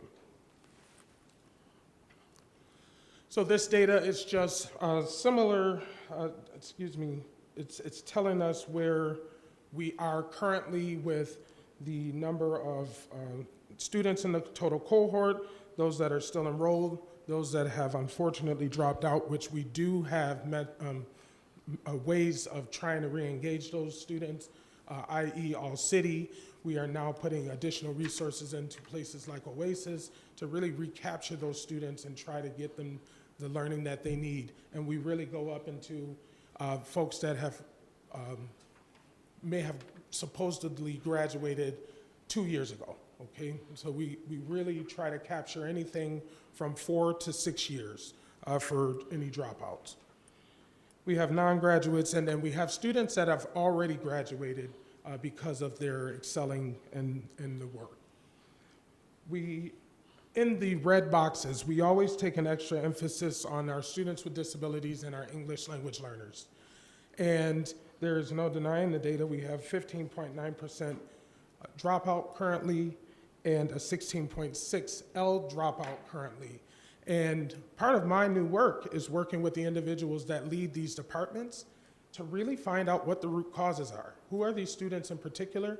Finding out their stories, interviewing them, so on and so forth, so that we can start developing systems in which we will not have this trend continue to go up and when it should be really going down. We want a 0% dropout rate. This first slide is just looking at district-wide the amount of students that are just on track for 16 credits or more.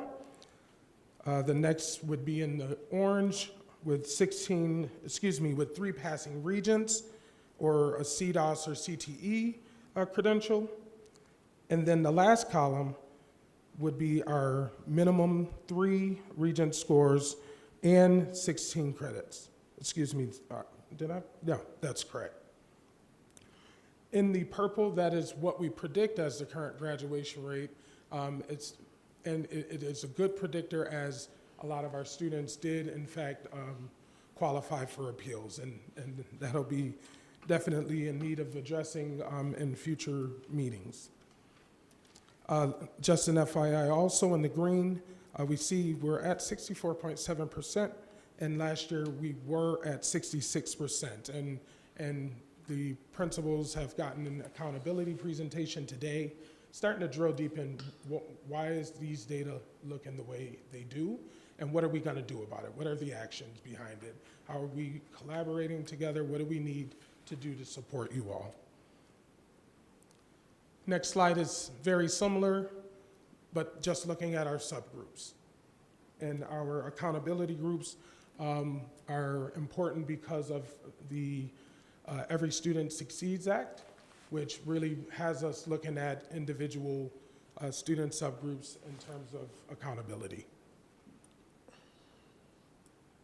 And again, you will see our students with disabilities. We really have to do some different type of work, and I can speak to some of that work that is being done to try to improve that rate.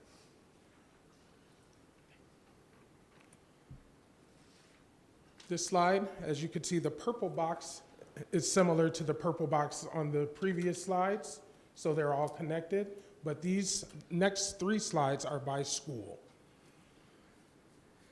You see, for instance, Rochester Early College High School has 93 out of 100 students that are currently on track with 16 plus credits, which is no surprise. They are a semester-based school. Many of those cohort 2019 students should be actually taking dual credits at MCC, where they, are trying to obtain additional credits.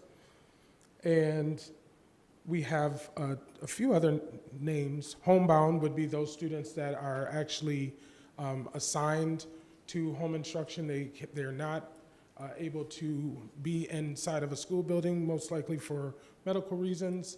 And then we have our out-of-district students, which include students like that are in youth injustice, where they are not attached to a school's bed code, but they are attached to the youth injustice's bed code along with other institutions that are not in our portfolio necessarily, but we do have jurisdiction over.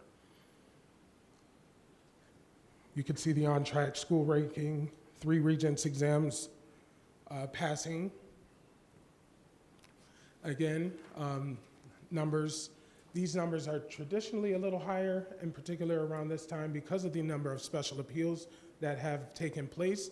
And just while I'm talking about special appeals happen when a student scores between 50 and 64%, and we used that to help with equitable outcomes for our students that may have suffered during the COVID-19 pandemic.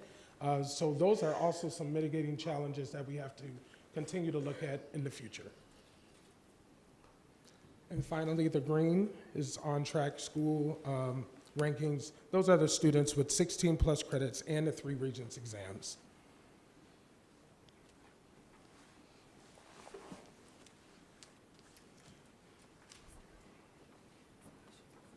So, cohort 2020, the next few slides breaks down who has achieved 5 or fewer credits. Those are students that we really, really need to put a hyper focus on, especially if they're in the earlier cohorts.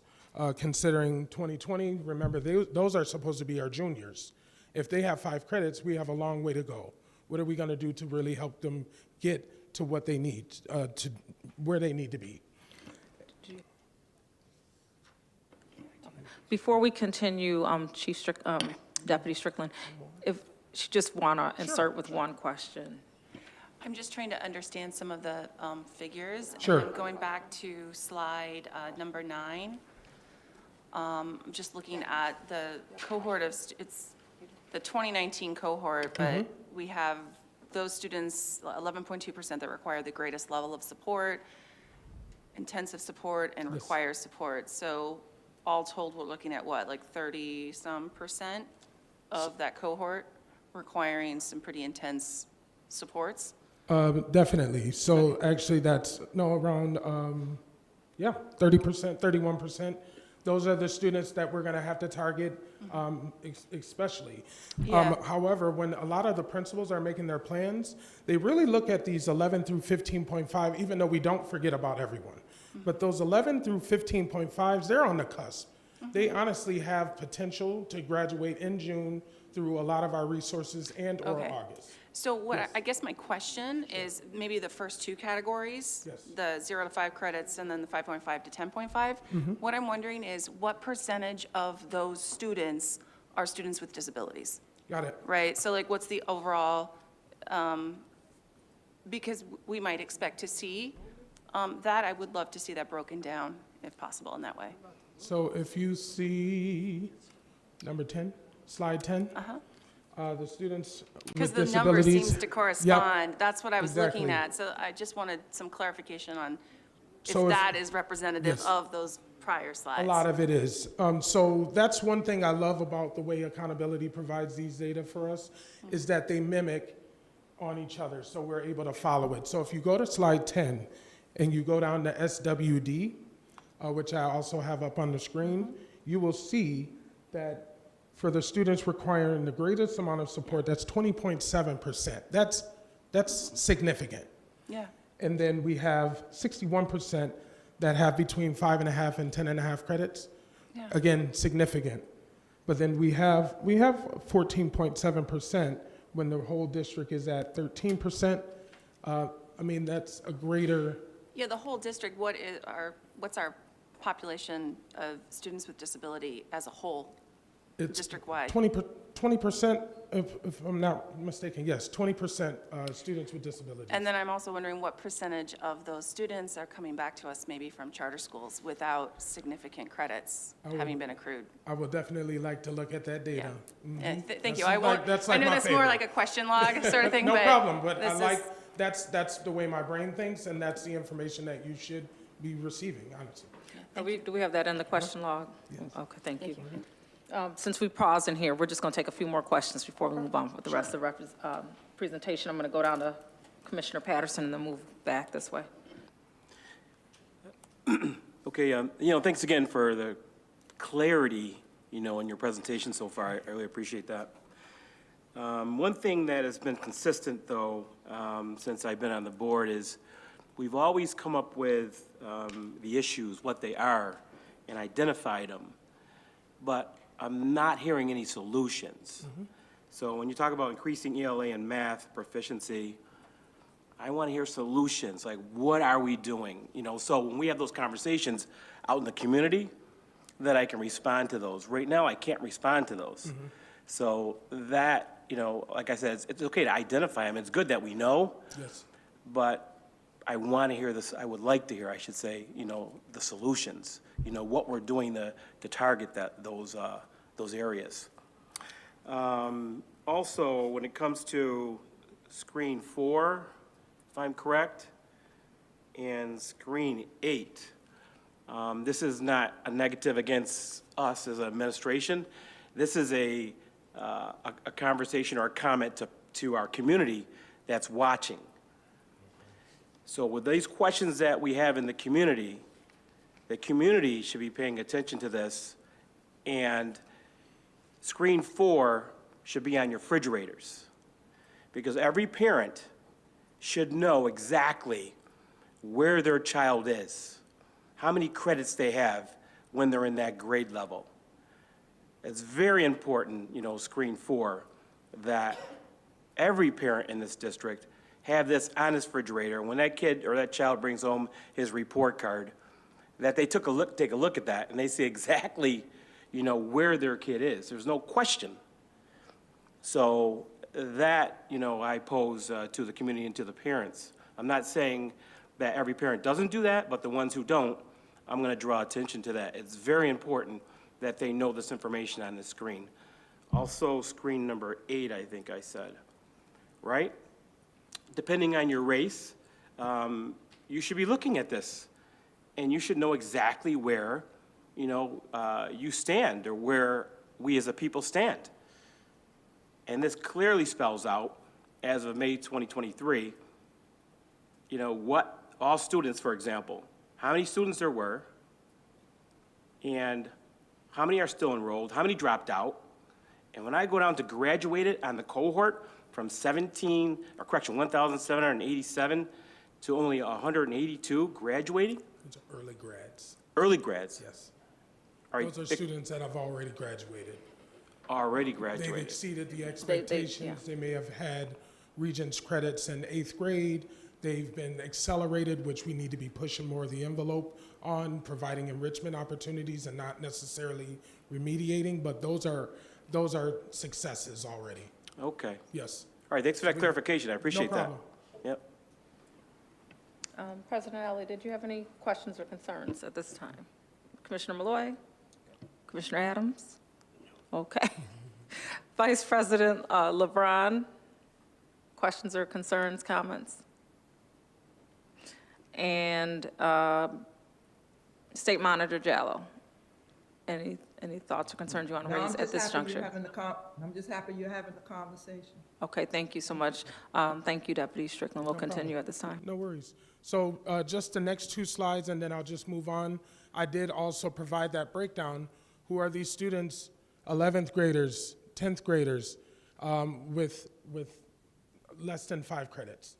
So these data are now provided to our principals, so they can help, they can have their counselors themselves begin. They should have already started the conversations, and most, if not all, of our principals already do have great tracking measures that are leaning into or gleaning into these data and why it is looking the way it is, and finding out what the root causes are.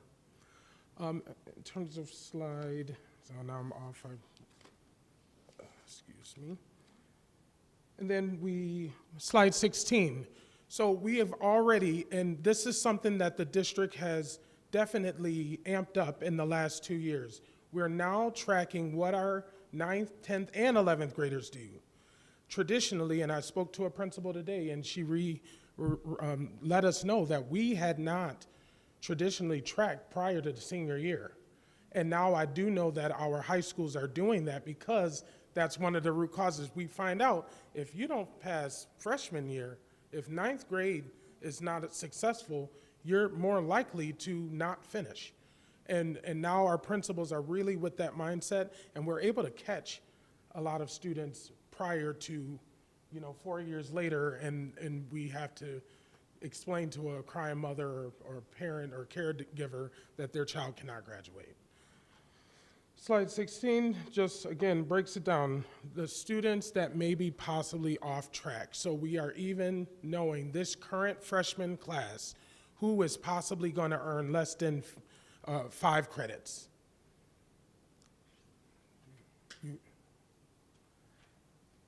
So now we're going into the marking period 3 analysis, and Commissioner Simmons, I will take your lead. You want me to just go right in? Sorry, this is the next portion. It was kind of weird. Thank you, dear. So we're gonna just review 7th and 8th grade by campus and 9th through 12th grade by campus. So slide number 18, we are now also looking at these trends in 7th and 8th grade. There is a correlation that starts happening. We have to even catch them as early as middle school. That's critical. So in each of the sections, you could see by marking period the number of students that are failing at least one core course, which these data are quite concerning. And definitely, we really need to get to a place where we are going to change the trajectory of this, and we have some great ideas on that. In particular, looking at policy number 4750, where we talk about retention and promotion criteria. That's probably going to be coming before you soon. We've gathered a lot of feedback from stakeholders, principals, the Student Leadership Congress, just to really find out what it is why are we seeing the results that we're seeing in 9th through 12th grade? And a lot of it starts even before they touch that high school campus.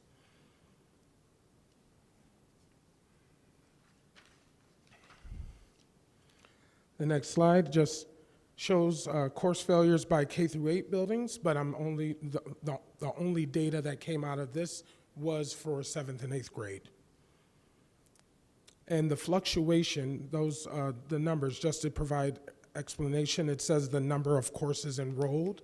The way we determine that is the amount of students times the number of courses that they are enrolled in, and that's how we gather the percentages.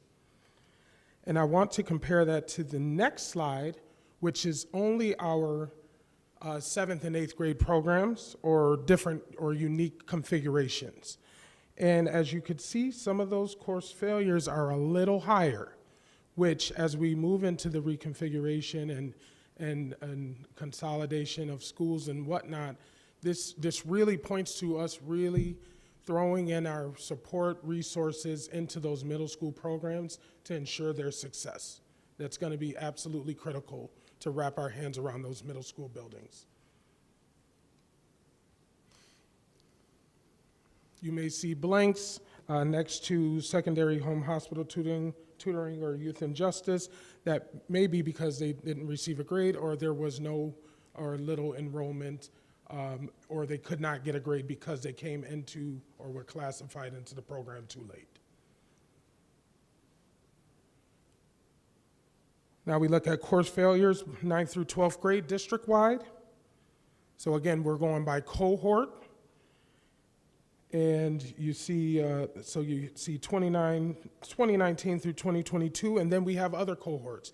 We are still responsible for the 2018 cohort and the 2017 cohort. And again, we have programs such as All City that we are trying to continue to engage these students in those earlier grades, because that also does have an impact on our New York State report card.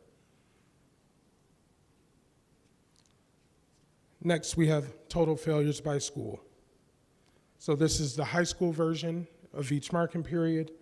Again, total number of courses enrolled is the number of courses a student is taking times the amount of students, and then you see the percentages of those courses that are failing.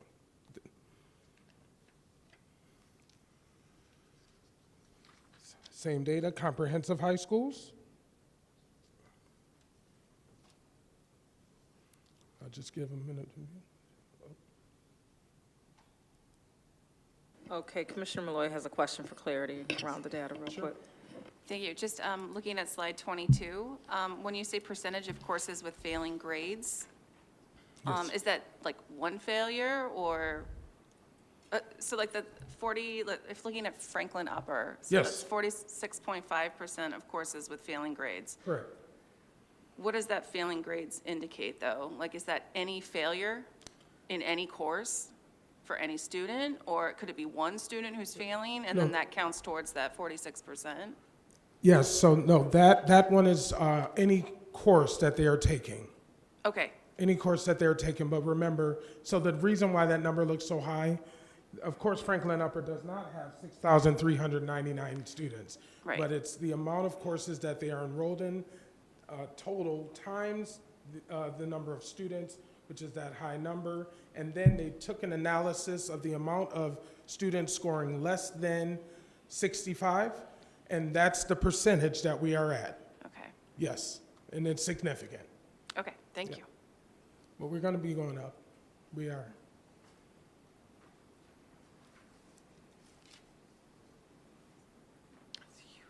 Then I stop at 23. Thank you. Go ahead and continue. Okay, got it. Thank you. Moving along to slide 25. Again, special emphasis on cohort 2019. Those are our current seniors.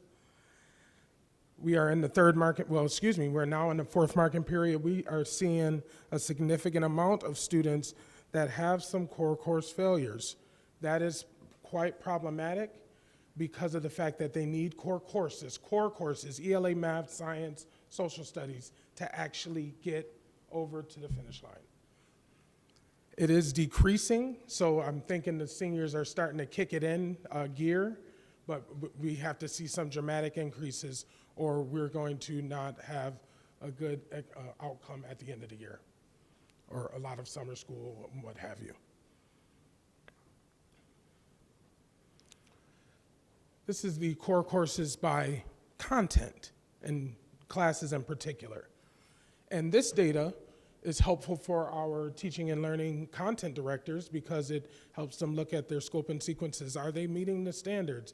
Are students being prepared to go on to the next subject area, if in particular math, which is chronological in nature? What's happening where our students are not achieving at the high levels that they're capable of? And then finally, Commissioner Patterson alluded to what are some of the solutions. This is not everything that we're doing, but these are some of the things that we're doing to really try and capture the essence of how our principals, how hard our principals, our teachers are working to try and get our students to pass. We have online credit recovery. So that's a student that failed a course and they are able to take it again online, and it's a class during the day. It's usually monitored by a teacher, and they are able to re-earn that credit if they have failed a course. We even have marking period recovery, and a lot of different school districts really came up with this after during the COVID pandemic when students weren't granted or given passing grades. But this gives students an opportunity. I failed marking period 1. I can probably enroll in a course during the school day so I can make it up and not get to the end and realize that I have a failing grade. Many of our high schools in particular, and it's even sprinkling down to our elementary buildings, have extended learning time programs. We do see break schools, Saturday programs, which we encourage you to go visit, and there are night programs. And as President Elliott was talking about, we are looking at more virtual options. We're not looking at a virtual school because that is not what the regulations calls for, but we are looking at how do we meet the needs of those students that are coming to school or that are worried to come to school because of dangers, violent acts, students that may be on suspensions, but they don't want to attend links, our alternative program. We are starting to develop or have conversations on how we can develop those programs during the day so that we're really getting students all types of access. We have cohort tracking and a Power School graduation plan. That Power School graduation plan is embedded directly in our student information system. That's how we take attendance and capture grades. We have a few of our schools that have strong freshman academy models. Remember, wrapping our arms around those ninth graders. What are we going to do differently for those ninth graders? Those freshman academy models have a designated guidance counselor, designated social workers, a team of teachers that teach all of them, a special area in the school, Edison and Northeast, to our two of the schools I used to supervise that have really, really strong potentials for having different outcomes for our ninth graders. We're looking at early warning systems in our Rock 3D system.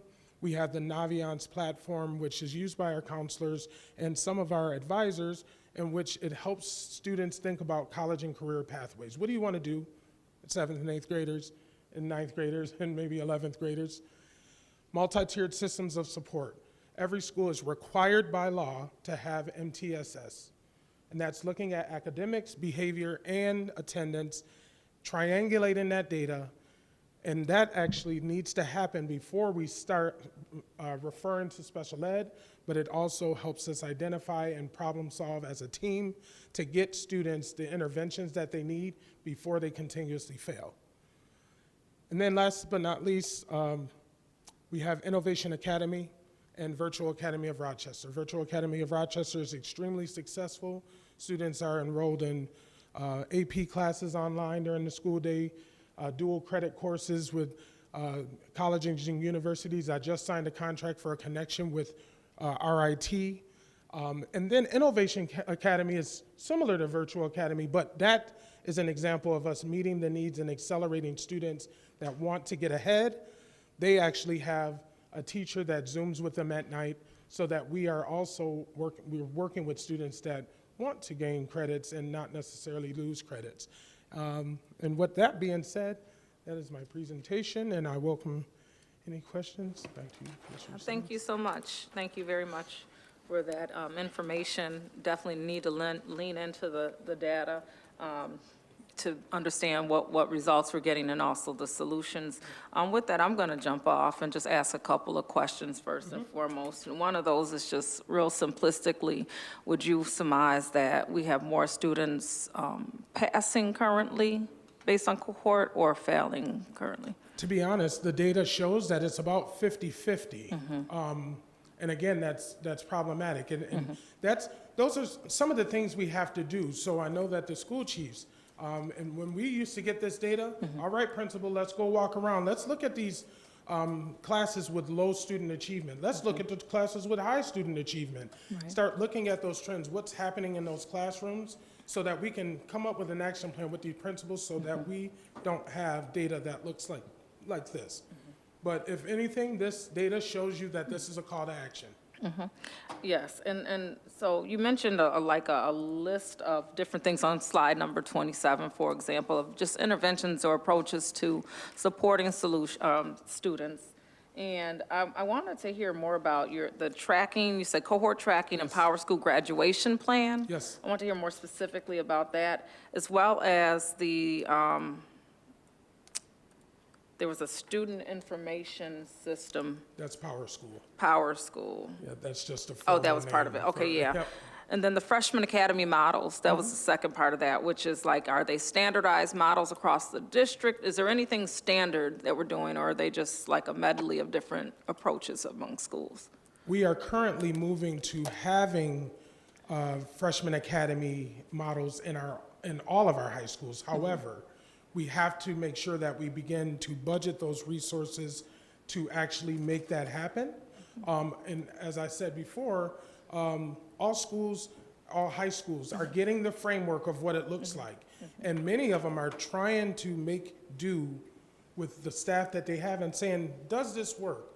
Do we have the right resources to make this happen? And I gave you two examples that I know for sure, Northeast College Prep and Edison definitely has those resources. So they are having a different approach with their students. Those teachers also team together. They talk about, hey, Commissioner Simmons might be having a rough day at school. She having a rough day in your class, we're talking about it. I'm calling her house. Don't you call. Don't so call on and my so house. forth. Like those are the conversations that they're able to have because they wrap their arms around the same group of students. In terms of the cohort tracking, this is a lot of times what our counselors do to track the progress of our students. Remember I said in previous years, it was only the 12th grade class, which is too late. Now we are having cohort tracking starting as early as 9th grade. That's like a standard, an expectation, and that's where the counselor basically looks at their transcript. Up, you passed this class, you earned a Regents, and we're looking to make sure that they have earned all the requirements for New York State. Yeah, I was surprised to hear that that there wasn't this historical tracking of student. Like, when did that get implemented, the tracking of 9th grade? When did that tracking start? Well, We actually started cohort tracking about 5 years ago.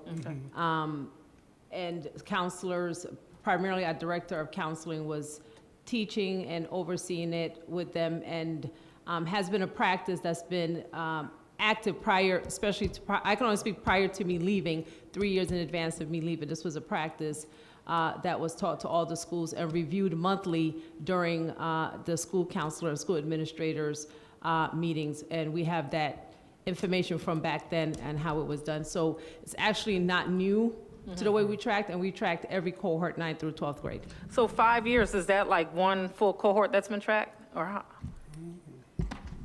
Yeah, I mean. Okay, so that is new, kind of, because that's like a cohort is 4 years, right? Right, but what I mean, they track that particular cohort in every grade level, if that makes sense. Gotcha. So, they're tracking the 9th grade cohort, 10th grade, 11th grade, and then Gotcha. also pivoting in midway if after, we're not waiting till the end to kind of give an alternative to what students need to do, whether it's our virtual academy during breaks to help them improve their grades or catch up. So the idea was to provide an intervention, right, prior to just waiting till the end of that particular school year. Okay, thank you. And so tell me more about that graduation plan, the Power School graduation. So the Power School graduation plan, it's actually a system that's built inside of our student information system that does the same type of cohort tracking. Gotcha. And that's the big push now, to make sure that those cohort trackers match what is in our student information system, which talks to the New York State student information repository system. Okay. All right. So I'm going to open this up to commissioners at this time. I'm going to go the opposite way this time. I'm going to start with Commissioner Patterson. I'm all set, thank you. I posed my questions. Thank you. President Elliott, did you have any? Just a general overview question.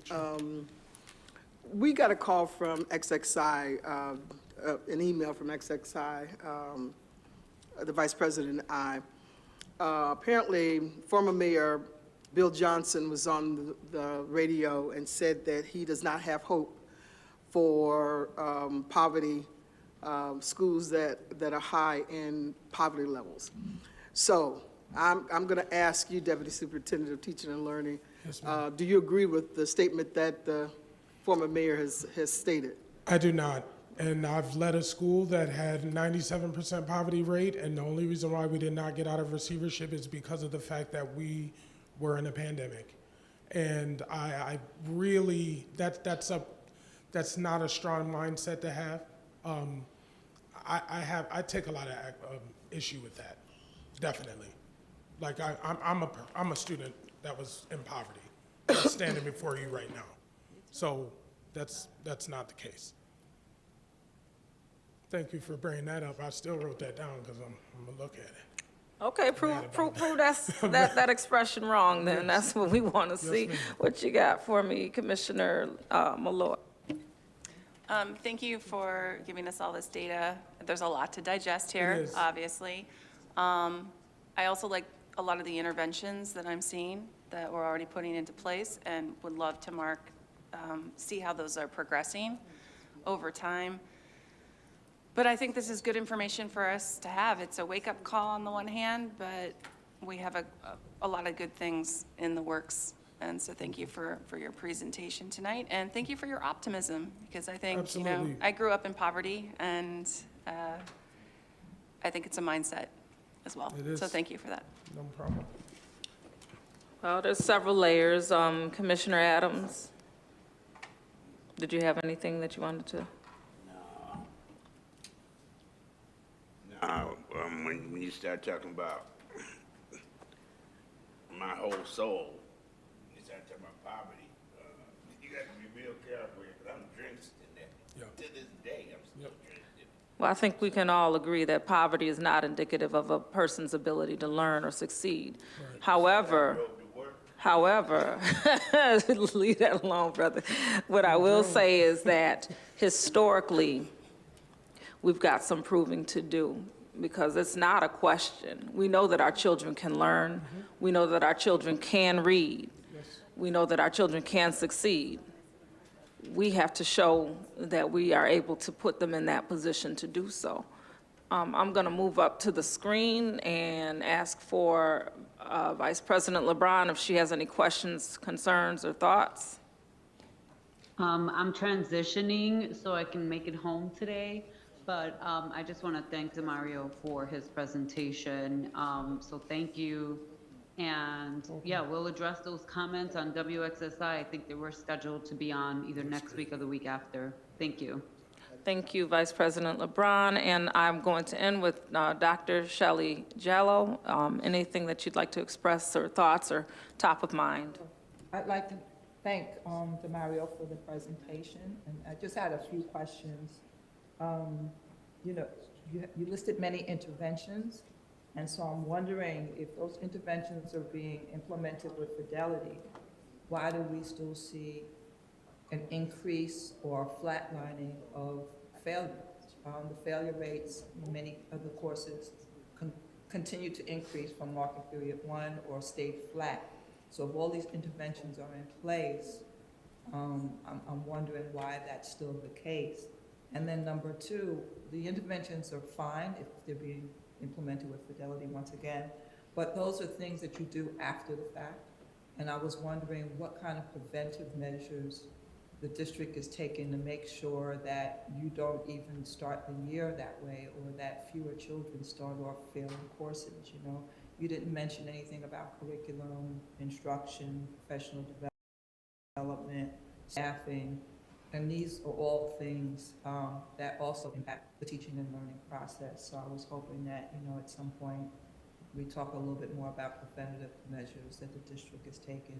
And then you mentioned that your budget supports things like freshman academies, so I'm hoping that that is the case.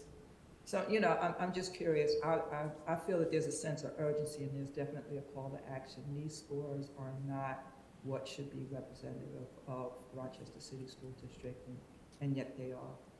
So I will be paying close attention to actions being taken to help students be successful in this area. Absolutely, thank you. I think we'll conclude at this particular time. If you can make note of it to our board support around revisiting this conversation, because I recognize that we're in May. Next month is June. Thank you so much, Deputy.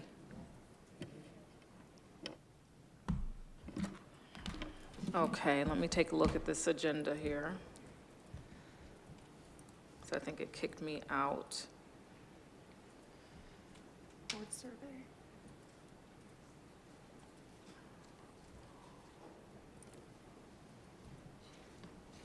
All right, I'm back in now. So it looks like we are all set. Thank you, Commissioner Beloy. We are going to just go ahead and take the board survey before we end, or while we're ending. And at this point, I'd like to entertain a motion to adjourn the meeting. Second. Okay, moved by President Elliott, seconded by Commissioner Malloy. All in favor? Aye. This meeting has come to a close. Thank you. So before we start.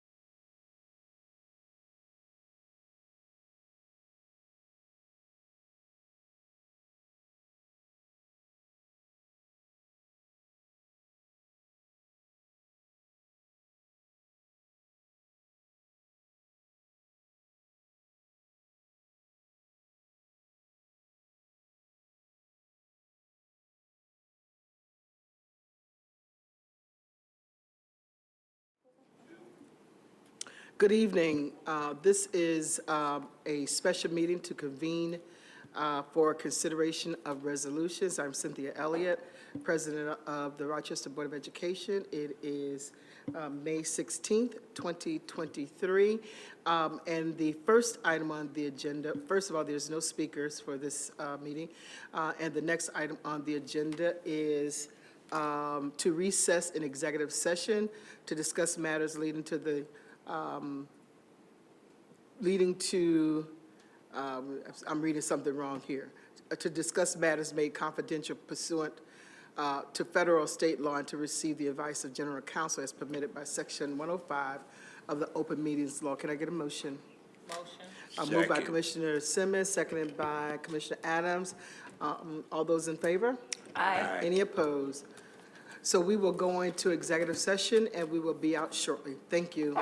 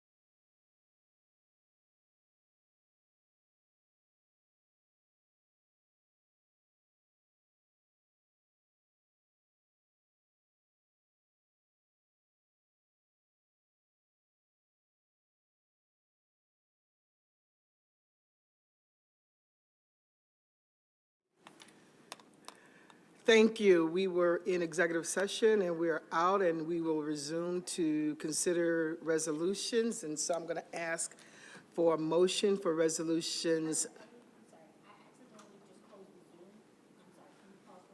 Okay, we need to pause for 1 minute. We'll be right back in a second.